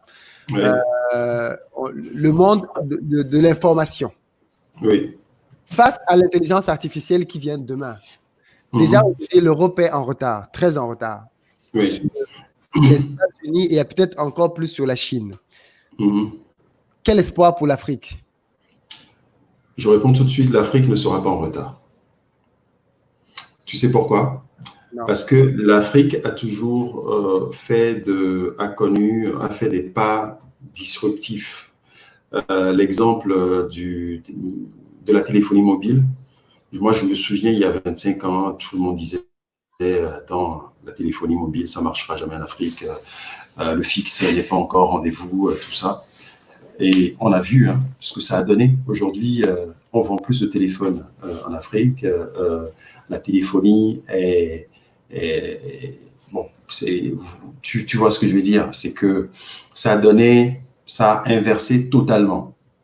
Deuxième élément, le mobile money, ça a commencé en Afrique. C'est d'abord M-Pesa qui a commencé chez Vodacom. Ensuite, aujourd'hui, on parle d'Orange Money, mais M-Pesa, c'est-à-dire le mobile money a commencé en Afrique, c'est-à-dire c'est une technologie africaine kenyane. Ça a commencé avec M-Pesa qui a dit, qui a répondu aux besoins des villageois, qui venaient en ville et voulaient envoyer 2000 francs, 3000 francs à leur famille et donner ça aux chauffeurs de taxi et qui allaient dans les villages et qui donnaient, ils se sont dit, mais il faudrait qu'on fasse quelque chose. Donc, ce qui fait qu'aujourd'hui, je pense que quand on parle d'intelligence artificielle, il y a eu déjà des réflexions là-dessus. Moi, j'ai une amie aujourd'hui, on a fait Harvard ensemble, qui est dans ce domaine-là. Vous avez énormément de jeunes qui sont dans la digitalisation, qui justement essaient de faire des grands pas par rapport à des technologies. Et je crois vraiment que l'Afrique est le terrain aujourd'hui où tout se joue, hein, à tous les niveaux, hein, au niveau économique, à tous les niveaux. On n'a pas abordé ce sujet-là, mais également au niveau technique, parce que vous avez des jeunes qui sont brillants et qui sont en Afrique aujourd'hui, qui font des choses vraiment très intéressantes. Allez, par exemple, sur... ça, c'est un autre outil qu'on appelle PerfPoint, qu'on a lancé il y a 2 ans. C'est une technologie qui a été faite par des jeunes africains. Voilà. Donc, je pense que l'intelligence artificielle, ce n'est pas quelque chose. Je crois que l'Afrique sera au rendez-vous, peut-être un peu tardivement, mais on va rattraper le retard qu'on a eu et on va faire également la même chose qu'on a connu au niveau de la téléphonie mobile. C'est ce que je pense. Ça, c'est Yves Ezui, l'afro-optimiste. Très bien. Oui. On en a besoin. Alors, il y a des gens qui sont surpris peut-être, mais oui, effectivement, tu n'as pas dit ça dans ta présentation, quoique c'est pas un élément de CV truc, mais Yves, effectivement, a été à Harvard. Et c'est vrai que ça me permet de te poser une autre question. Toi qui as fait Harvard, qu'est-ce qui explique Je pense qu'on a un peu une idée, parce que sur cette chaîne, j'ai invité il y a quelques temps de cela un très, très, très bon ami à moi, Lionel, qui a fait le MIT. Oui. Et j'avais posé la question à Lionel de savoir, mais pourquoi est-ce que les Africains qui finalement ont fait ces écoles d'élite, là, américaines, mondiales, très peu d'entre eux, finalement, se tournent vers l'Afrique. Et il m'avait donné une réponse très, qui le concernait, quoi, et qui expliquait pourquoi structurellement, parfois, ça pouvait être difficile. Et même au-delà de la structure, il explique quand même qu'il y a des gens qui font quand même les pas, même si ce n'est pas trop possible, mais il y en a quand même. Et toi, donc, finalement, de ces gens qui ont fait Harvard, on pourrait se dire, mais Harvard, qu'est-ce que tu viens foutre, entre guillemets, en Afrique? Tu nous as déjà un peu répondu dessus, mais qu'est-ce qui fait que des gens comme toi, c'est pas collectif? Pourquoi je dis ça? Parce que avant de faire cette émission, juste entre les deux quasiment, j'ai discuté avec des amis et on parlait, tu sais, de la situation aux États-Unis avec le racisme des Noirs. Oui. Et le cas de George Floyd, entre autres, qui finalement est un cas en plus. Tu sais, Will Smith avait dit le racisme n'a pas augmenté aux États-Unis, il est juste filmé désormais. Mais et dans notre réflexion et dans notre discussion, on se disait, mais en fait, il faudrait que nous, personnes de la diaspora, faisions un peu le pas que Tion Young a fait. Tion Young, pour ceux qui n'ont pas vu, allez voir sur la chaîne, c'est une interview. C'est un gars qui a été aux États-Unis avec Barack Obama, à la Maison Blanche et autres, et qui a dit, mais en fait, là où j'aurai mon impact, c'est pas en étant aux États-Unis à la Maison Blanche, c'est en étant dans des champs au Sénégal avec des jeunes Sénégalais qui vont se rendre compte qu'en fait, un gars qui a tout vu dans le monde et qui est revenu ici, c'est parce que c'est ici qu'il y a de la valeur. Ils vont arrêter de rêver ailleurs, ils vont se rendre compte qu'on peut construire ici et bâtir de la richesse. Tu es un peu dans la même démarche, mais pourquoi c'est pas massif? Pourquoi toutes nos élites, finalement, ne sont pas dans la même logique que toi? Parce que finalement, vous êtes peut-être un peu bien placé pour venir créer des choses sur place, avec la technique qu'il faut, la rigueur qu'il faut, la science qu'il faut, la connaissance qu'il faut, et surtout le réseau et les finances parfois qu'il faut. Comment les gens qui ont tout pour finalement réussir, comment tu expliques que ce ne soit pas encore collectif? Ok, au risque de me répéter, hein, c'est une question de vision. C'est vraiment une question de vision et tu as déjà donné la réponse aussi en parlant de Tion Young, parce que c'est la même démarche pour moi. C'est ce que je dis souvent aux gens. Je dis, pour moi, tout se joue en Afrique. Les 20 ans ou les 30 ans à venir vont être vraiment, je dirais, déterminants pour l'Afrique. Parce que tout se joue aujourd'hui économiquement. Je peux te donner des statistiques. Hein. la plus grande croissance est en Afrique. Tout se joue. 60% des terres arables sont en Afrique. Tout se joue en Afrique aujourd'hui. Donc, ce qui fait que je pense que pour avoir un impact, c'est ici qu'on doit être. Maintenant, pourquoi les autres ne font pas le pas? Je pense que c'est un choix, mais je pense que si des personnes comme nous, comme Tian Yang ou bien comme d'autres, qui avons eu l'opportunité de connaître d'autres choses, bien des sphères qui pourraient faire rêver plus d'un, mais sommes venus rester en Afrique, c'est parce que je pense que ça va débloquer pas mal de situations, parce que d'autres personnes verront que c'est quand même possible. Il faut quand même qu'il y ait d'autres personnes qui, comme nous, qui ont le courage de faire le pas pour que d'autres personnes puissent suivre. Je pense que ça viendra, mais ce sont des personnes peut-être qui attendent de voir comment ça marche pour nous avant d'arriver, quoi.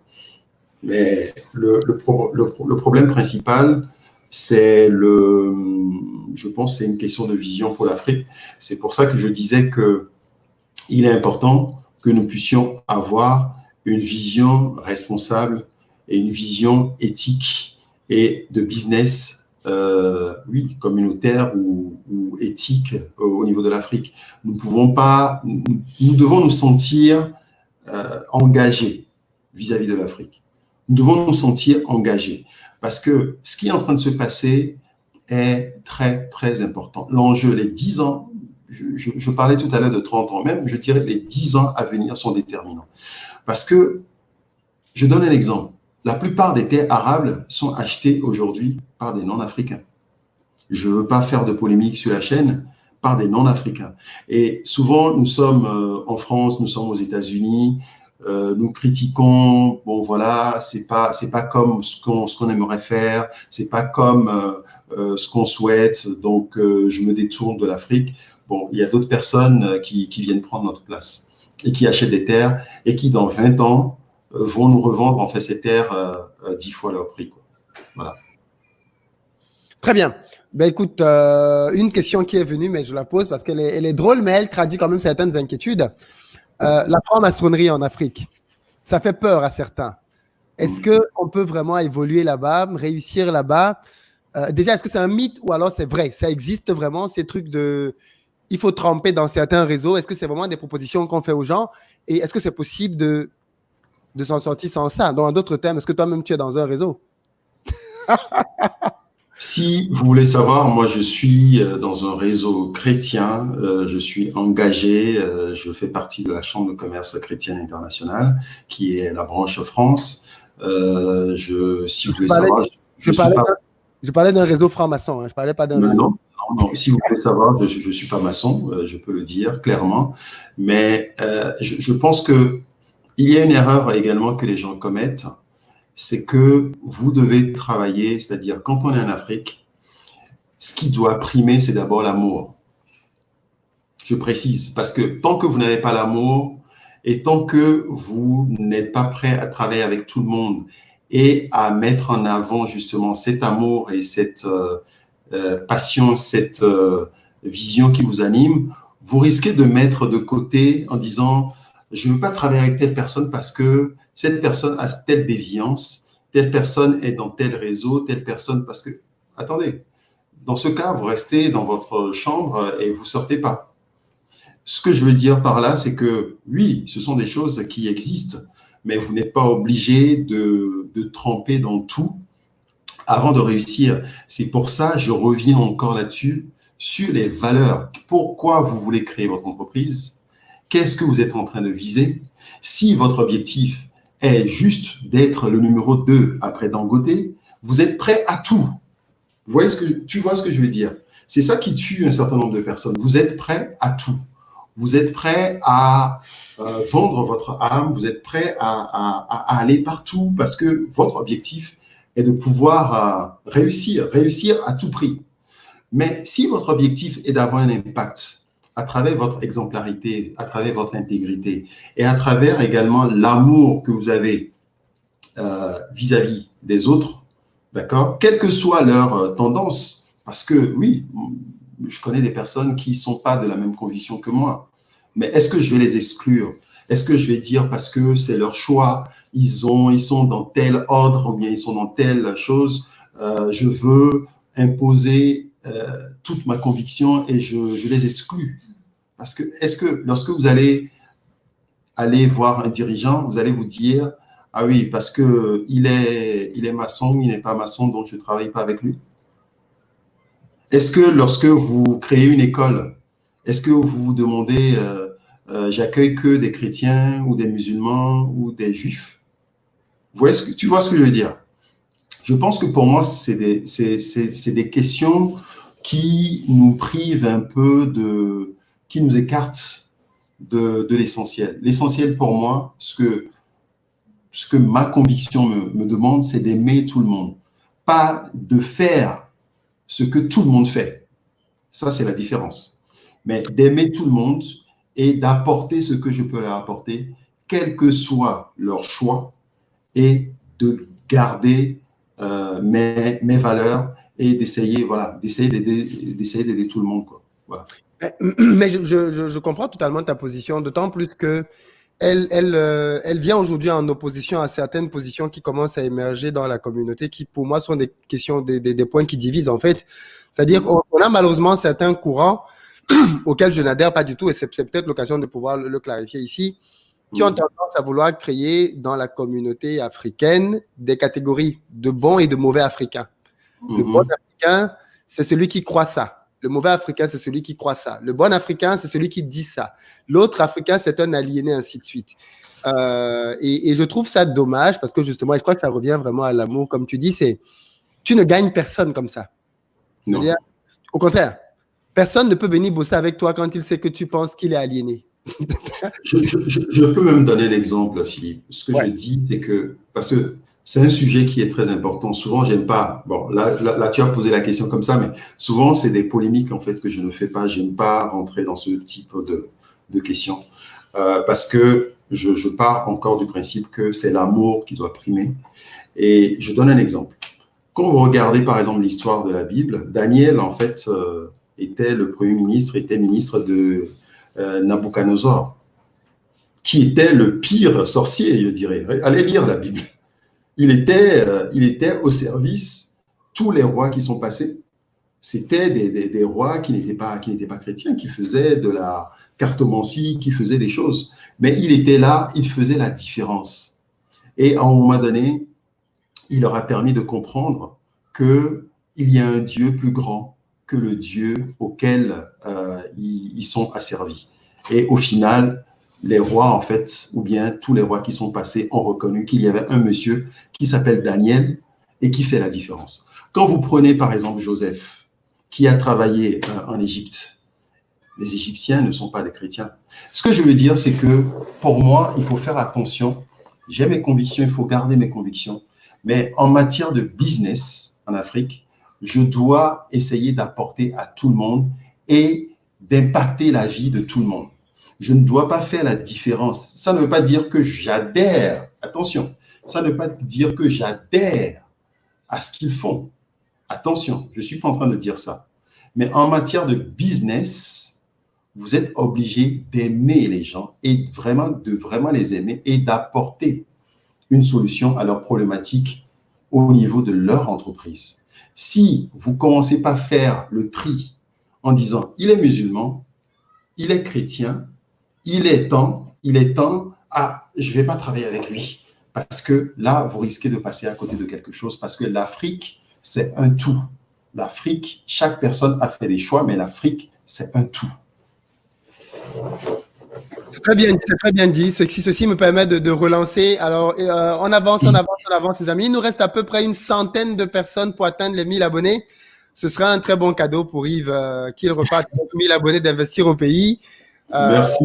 Ça sera un cadeau également pour eux parce qu'ils vont avoir vraiment des bonnes pratiques gratuitement en matière de gestion. Parce que quand on parle de ça, l'idée, c'est pas juste de leur dire, bon, nous faire plaisir, mais ils vont bénéficier également. Hein, ils vont bénéficier parce que on a eu des retours très, très positifs sur les contenus. Vraiment, c'est de manière gratuite, vous allez avoir des techniques en matière de gestion.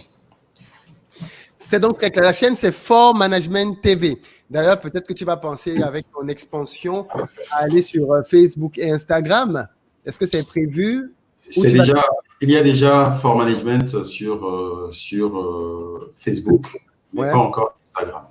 D'accord, très bien. OK, donc les amis, vous savez ce que vous devez faire par rapport aux deux. Donc, ceux et celles qui se sont déjà abonnés, si vous avez l'amabilité de poster les liens dans les commentaires pour ceux qui n'ont pas pu le faire pour le moment, ce serait génial. Ce serait vraiment bien qu'on atteigne les 1000 personnes dans les 5 prochaines minutes parce qu'on peut largement le faire. Et le contenu en vaut la peine. Tu as commencé à parler de spiritualité, c'est très drôle, mais je sais qu'il y a aujourd'hui, et peut-être que tu as été confronté à ça, j'en sais rien, qui est dans les réseaux, mais pas les réseaux maçonniques. Est-ce que tu as entendu parler de... Parce que je sais qu'il y a beaucoup de gens aujourd'hui qui disent que le problème de la source de notre sous-développement, c'est le fait qu'on ait renié nos origines. On ait renié qui on est pour essayer de ressembler aux Blancs, à l'occidental, j'entends. Et donc, la solution pour l'Afrique passe par un retour à ses sources, un retour à ses origines, et donc, de fait, au reniement de tout ce qui lui vient comme importation, notamment dans le domaine de ses croyances. Avant le christianisme, les Africains croyaient en d'autres choses qui les caractérisent peut-être davantage. Et tant qu'on n'est pas revenu à ça, on peut faire ce qu'on veut. La base du développement de toute société, je développe cet argument-là, hein, étant spirituel, on aura beaucoup de mal à s'en sortir, si ce n'est on ne s'en sortira pas. Est-ce que tu as déjà entendu ce genre de discussion et qu'est-ce que ça t'évoque? Je pense que c'est une analyse binaire. Et tout ce qui est binaire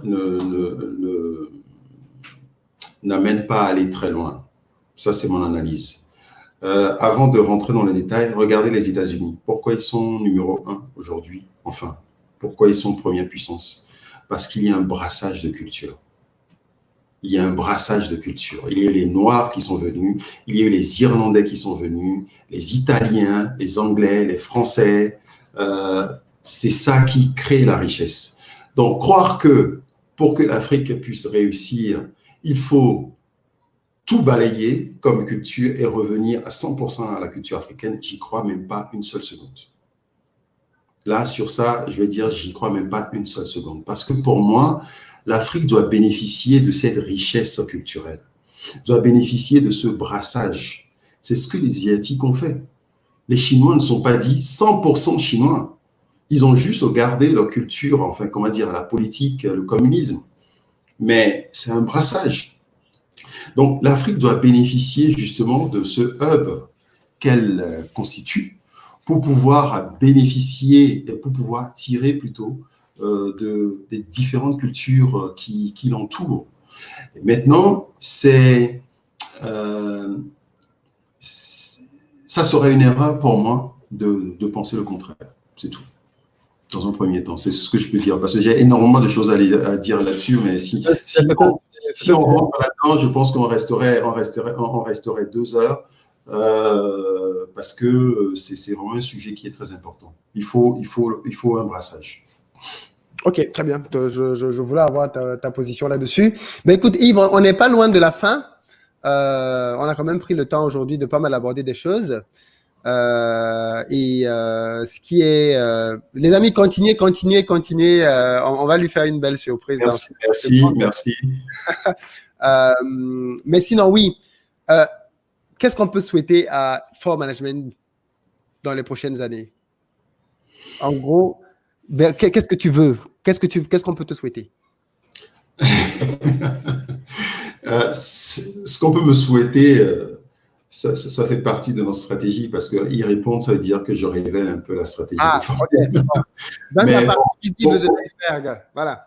Pardon, mais non, oui.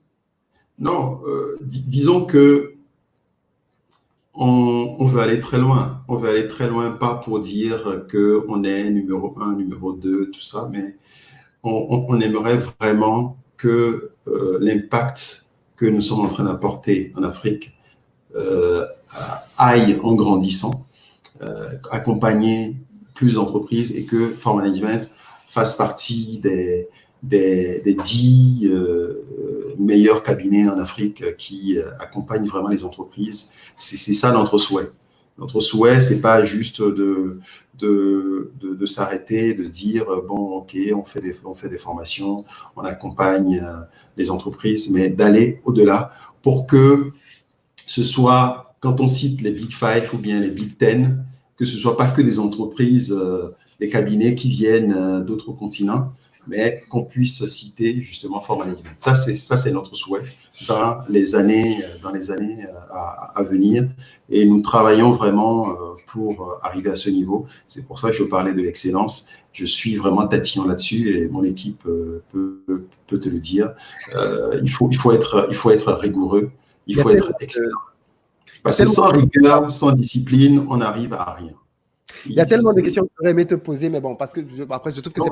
Vas-y. Non, c'est des questions qui vont vraiment intéresser tout le monde, parce que c'est des questions beaucoup plus... je veux dire, c'est des questions qui vont intéresser les gens qui ont des entreprises avec du personnel, ainsi de suite, parce qu'il y a plein de choses qui sont intéressantes à savoir, parce que beaucoup de gens ne s'en rendent pas compte, mais quand tu as une entreprise, la structuration de l'entreprise va être ultra déterminante dans la croissance. C'est fondamental. Comment tu structures ton entreprise? Qui fait quoi? Comment est-ce que tu accueilles un nouveau dans ton entreprise? Au bout de combien de temps est-ce qu'il est opérationnel? Ce sont ces éléments-là qui vont faire. Tu l'as dit tout à l'heure. Quel est le rôle de tout un chacun dans une entreprise? C'est-à-dire, la personne qu'on voit à l'accueil, en réalité, c'est le premier contact avec l'entreprise. Et quel est son rôle? Et est-ce qu'elle sait, elle, qu'est-ce que le management est en train de décider pour savoir comment est-ce que ça se décline à son niveau dans son... Je veux dire, il y a tellement de choses qu'on pourrait aborder, mais je n'ai pas non plus envie de forcément trop trucs. On m'a posé une question pour toi. Quel est donc ton modèle? On n'a dit pas Aliko Dangote, mais ce serait qui tes modèles? Moi, j'ai plusieurs modèles. J'ai plusieurs modèles, c'est ce que je disais, c'est que, oui, Aliko Dangote, mais je pense que, j'insiste là-dessus, j'ai plusieurs modèles des personnes qui n'ont pas plusieurs milliards sur leur compte, qui m'inspirent, parce qu'ils ont eu le courage, ils sont exemplaires, il y a un alignement entre ce qu'ils disent et ce qu'ils font. Pour moi, ce sont des choses qui sont très importantes, dont j'ai plusieurs modèles. Et je pense que l'erreur qu'on commet souvent, nous les Africains, c'est qu'on attend que des personnes soient multimilliardaires et on dit, oui, voilà, lui, il a réussi. Et on a déjà défini la thématique de la réussite ici, que la réussite, ce n'est pas parce que vous avez plusieurs milliards sur votre compte, mais quel est l'impact que vous apportez? Donc, répondre à cette question, ce serait difficile. Moi, j'ai plusieurs personnes qui m'inspirent, que ce soit plus jeunes. Des personnes inconnues du grand public, ce n'est pas forcément des stars, c'est ce que tu veux dire? Ce n'est pas forcément des stars, c'est-à-dire, c'est ça. Et je pense que nous devons revenir également à cela. C'est-à-dire, c'est des personnes qu'on valorise. Est-ce que ce sont des personnes qui sont sous la lumière, sous les projecteurs plutôt? Est-ce que ce sont des personnes qui ont nécessairement des milliards? C'est ça. Pour moi, cette notion est importante. Et c'est pour ça que je dis, j'ai des personnes qui m'inspirent et qui sont pas connues. Et ça, c'est important. C'est important de le noter. Donc, si je ne commence pas à les citer, je pense que je risque de faire des impairs parce que qui je vais citer, qui je ne vais pas citer. Donc, voilà. Ouais. C'est drôle parce que, alors, j'essaie à chaque fois que c'est possible d'avoir un invité de qualité, mais la dernière fois à Abidjan, c'était Yves, mon invité. Donc, pour ceux et celles qui, quand on va dans des pays, ne viennent pas, les amis, je vous invite à venir. On a communiqué la date pour Dakar. Je pense que ce sera autour du 6 août. Et l'idée, ce serait d'avoir Tion Nyang. Donc, quand tu investis au pays, faites des formations dans vos pays, faites tout pour venir. Parce que le but, ce n'est pas juste de venir en sachant, mais c'est aussi de permettre aux acteurs locaux de pouvoir apporter leur expertise sur comment est-ce qu'ils voient les choses. Ben écoute, Yves, beaucoup de gens l'ont dit, donc j'attendais que ce soit dit à plusieurs reprises, mais beaucoup de gens demandent que tu reviennes. Beaucoup de gens disent il faut réinviter Yves. Ce sera un plaisir. Donc, pas de problème, la porte est ouverte et on sera bien évidemment très heureux de te revoir. Est-ce que tu as un mot pour la fin peut-être? Alors, le mot de fin, c'est garder vraiment la vision et pourquoi on veut investir en Afrique, qu'est-ce qu'on veut vraiment apporter. Et il faut qu'on repense nos business de manière responsable et de manière avec de l'impact. Et j'ai donné des exemples en disant, lorsque vous voulez par exemple faire de l'agriculture, pensez à une agriculture qui va créer du boulot sur place et qui va aller jusqu'à la transformation. Et l'autre élément que je peux vous dire, c'est que si vous laissez la place en Afrique, en étant en Occident, ce sont les autres personnes en fait qui viendront prendre votre place et vous allez revenir dans 10 ans, dans 20 ans, vous ne serez pas chez vous. Voilà. Donc, si vous avez une idée, allez jusqu'au bout, mais pensez vraiment à ce que vous pouvez apporter à la communauté, ce que vous pouvez apporter aux autres, et vous allez voir que la richesse suit, la richesse matérielle suit systématiquement. Merci. Merci beaucoup à toi, Yves, d'avoir pris le temps de nous parler cet après-midi, d'avoir mobilisé ton temps, ton énergie pour venir partager tous ces conseils, ces astuces business avec nous. Moi, j'aime beaucoup ton parcours parce que tu fais partie quand même des gens. Moi, je te connais depuis que je suis étudiant. Et à l'époque, j'étais un jeune étudiant. La première fois qu'on s'est vu d'ailleurs, j'étais étudiant et tu étais venu dans le campus pour voir un très bon ami à toi, mais aussi finalement les petits, des jeunes comme nous, pour passer du temps avec eux. Et j'ai toujours suivi de très près ton parcours, hein, depuis l'époque où tu étais à Alstom, parce qu'à l'époque, bien évidemment, comme tout bon étudiant, je rêvais de grandes entreprises. Pour moi, tu étais, ah oui, non, mais ce gars-là, ce grand frère, il est chez Alstom. Peut-être tu faisais la transition. Oui, je faisais la transition, je pense, ou bien quand je t'ai connu, oui, je faisais la transition. Tout à fait. Pour aller chez Alstom. Je faisais la transition pour aller chez Alstom. C'est ça. Et j'étais toujours très impressionné quoi, de voir ce grand frère. Je me rappelle encore quand j'étais encore dans ma chambre d'étudiant, que je venais chez toi, dans ta belle maison, passer. Si. Non, mais je le dis là. Tu as toujours été quelqu'un pour moi que je regardais faire et de qui j'apprenais. Et puis du jour au lendemain, je t'entends dire bon, maintenant, Philippe, moi, je vais aller commencer à faire des tours en Afrique. Je me suis dit, il est sérieux? Parce que je t'ai toujours dit ça, moi, à l'époque, et c'était une fausse image, mais tu n'avais pas le profil du gars qui pensait à l'Afrique. Je ne sais pas pourquoi, mais dans ma tête, tu étais le gars qui était trop intégré en France et je ne te voyais pas être le gars qui allait demain se retrouver en Afrique, quoi. Et puis, je me suis dit, bon, ouais, c'est peut-être un truc qui lui passe par la tête, une petite idée, il va aller voir 2-3 trucs en Afrique. Et non, le gars, il continue, jusqu'au jour où, bon, Philippe, moi, je vais vendre ma maison et à la fin, on repart en Afrique. Là, je me suis dit, mais en fait, non, il est vraiment sérieux dans sa démarche jusqu'à ce point, quoi. Et tu vois, ça m'a conforté aussi dans l'idée de me dire, parfois, tu vois, des pas que tu poses, et c'est pour ça que c'est intéressant, tu ne sais pas ce que ça débloque chez les gens qui te regardent. Tu ne sais pas ce que ça débloque chez les gens. Et moi, ça a été le déclic de me dire, mais en fait, c'est juste possible de venir ici et de repartir là-bas parce que beaucoup d'entre nous, quand nous venons ici, on a ce rêve de rentrer faire quelque chose sur place. Mais la vie, les circonstances font que, et peut-être l'absence de modèles qui l'ont fait qu'on se dit, on le fera, et comme certains de nos grands frères, 40 ans plus tard, on est encore à dire, il faut que je rentre. Et toi, ton retour, et le fait que même quand tu es sur place, je t'appelle pour te dire, alors ça se passe comment là-bas, et tu ne me dis pas, faut pas venir, et tu me dis, non, viens, au contraire. Là, je me suis dit, non, en fait, il a tout compris, quoi. Donc, je tenais vraiment à te remercier aussi pour la transparence, la motivation que tu as toujours, que tu as toujours eu pour vis-à-vis des plus petits, des plus jeunes, et notamment vis-à-vis de moi, et du temps que tu as toujours pris, en fait, hein, pour conseiller, parce que là, on a cette conversation devant tout le monde, mais depuis X nombre d'années que je te connais, tu as toujours été disponible pour partager sur ton parcours, sur ton histoire, sur ta vie, et sur d'autres choses. Je me rappelle d'ailleurs qu'une fois tu nous avais reçus chez toi avec un groupe d'amis à moi, je ne sais pas si tu t'en rappelles, mais j'avais organisé une réunion avec d'autres jeunes parce que je voulais qu'on vienne prendre des conseils auprès de toi. Et à l'époque, c'était plutôt dans le domaine du mariage, parce que tu as aussi tu as une vie de couple assez stable, et donc on admirait ça, on se disait, mais comment tu as fait pour être bien établi dans ta vie de couple? Et tu nous avais reçu chez toi un après-midi, une dizaine de jeunes que tu ne connaissais pas du tout, Tu t'es ouvert à nous, tu nous as parlé, tu nous as dit, voilà comment est-ce que moi j'ai procédé, voilà ce que vous pourriez faire. Tu as répondu à quelques cas pratiques de jeunes en détresse parfois qui étaient perturbés à cette époque-là, mais qui sont tous pour la plupart mariés aujourd'hui. Donc franchement, aussi au nom de toutes ces personnes-là, je tenais à te dire merci. Et continue comme ça.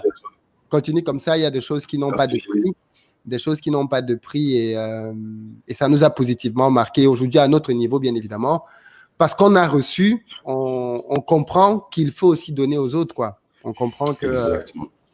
Il faut toujours donner, il faut donner et comme j'ai dit, il faut garder en tête cette notion d'amour qui ouvre toutes les portes. Quand vous aimez vraiment les gens, quelle que soit leur tendance, quelle que soit leur culture, quel que soit leur choix spirituel, parce que c'est pour ça que je dis cette notion de ouais, il y a les sorciers, il y a tant, je ne veux même pas citer. C'est pas ça, c'est aimer les gens, prier pour eux et aimez-les sincèrement. Ne cherchez pas en fait à changer les gens. Parce que les gens, en vous regardant à un moment donné, bon, ok, s'ils doivent changer quelque chose, ils vont changer. Mais vous, donnez ce que vous pouvez donner par l'amour. Et quand vous êtes même dans le domaine de business, aimez les gens. Faites vraiment tout pour que leur business puisse marcher. Et vous allez voir, le reste, en fait, ça fonctionne. Donc, le vrai problème, ce n'est pas une question spirituelle ou d'appartenance à tel ou tel ordre, mais c'est une question d'amour que vous devez garder, quoi. Merci beaucoup. Et tu nous as beaucoup donné, et tu as touché le cœur des gens et tu fais partie désormais du club restreint des chaînes qui ont plus de 1000 abonnés. Merci. merci à Investir au pays. Merci à tous les. Merci à vous, merci à chaque personne. Vraiment, ça me touche, ça me fait plaisir. J'ai mon équipe qui est là, qui nous regarde. Et c'est grâce à vous que nous sommes passés de tel nombre où on était jusqu'à 1000. Et vous n'allez pas le regretter parce que c'est des contenus qui sont vraiment pensés pour que vous puissiez avoir tout ce qu'il faut pour réussir de la meilleure des manières votre vie de dirigeant ou de manager. Voilà. Merci beaucoup Yves, je te souhaite une très bonne soirée et on aura probablement une troisième partie, qui sait, en direct, sur place à Abidjan ou à Paris ou ailleurs d'ailleurs, puisque les deux on voyage pas mal, donc c'est pas des lieux de rencontre qui vont manquer, mais en tout cas merci beaucoup. Très bonne soirée à toi et à très bientôt. Merci beaucoup Philippe. Ok les amis, ben écoutez, on arrive au terme de notre entretien. Merci aussi à Swanjoy qui est une fidèle abonnée de la chaîne. Merci à tous les autres. Vous voyez, on est vraiment dans cet univers dans lequel on donne, on reçoit, on partage, on donne. Et il faut rester là-dedans. Il faut vraiment rester là-dedans et pour continuer à s'entraider et à avancer ensemble. Donc, merci beaucoup à vous. Je ne sais pas encore, je vais voir tout à l'heure si j'ai le temps de faire un petit direct pimenté parce que moi, il y a quand même 2-3 sujets que je voulais aborder avec vous, notamment liés au sujet vous savez, de ce qui s'est passé, de ce qui se passe aux États-Unis en ce moment. Et pas que, mais aussi comment est-ce que nous, en tant que communauté noire, on peut agir parce que autant il y a des massacres en Occident et en Amérique et ça choque toute la planète, autant quand il y a des massacres en Afrique, on ne voit pas les Américains être concernés. Ce sont nos frères, c'est vrai, mais quand on a des difficultés en Afrique, parce qu'il y a aussi des difficultés en Afrique, on a des gens qui meurent là-bas, parfois qui se font assassiner même par certains régimes. Nos frères américains n'en parlent pas du tout. En fait, à la limite, c'est comme si rien ne s'était passé. Est-ce que le Black Lives Matter est uniquement vis-à-vis des Noirs qui sont aux États-Unis ou alors ce sont des Noirs un peu partout dans la planète? Donc, j'ai vraiment ça qui me trotte dans la tête et je ne sais pas si je fais une émission pour en parler tout à l'heure ou alors on reporte ça plus tard. Qu'est-ce que vous en pensez? Dites-moi rapidement dans les commentaires si vous voulez qu'on en parle ce soir ou alors si on le remet à plus tard. Je vous laisse déterminer dans les réponses. Je vais lire vos réponses pour déterminer ou pas. Et puis sinon, je vous souhaite une très, très bonne soirée. Je vous dis à très bientôt.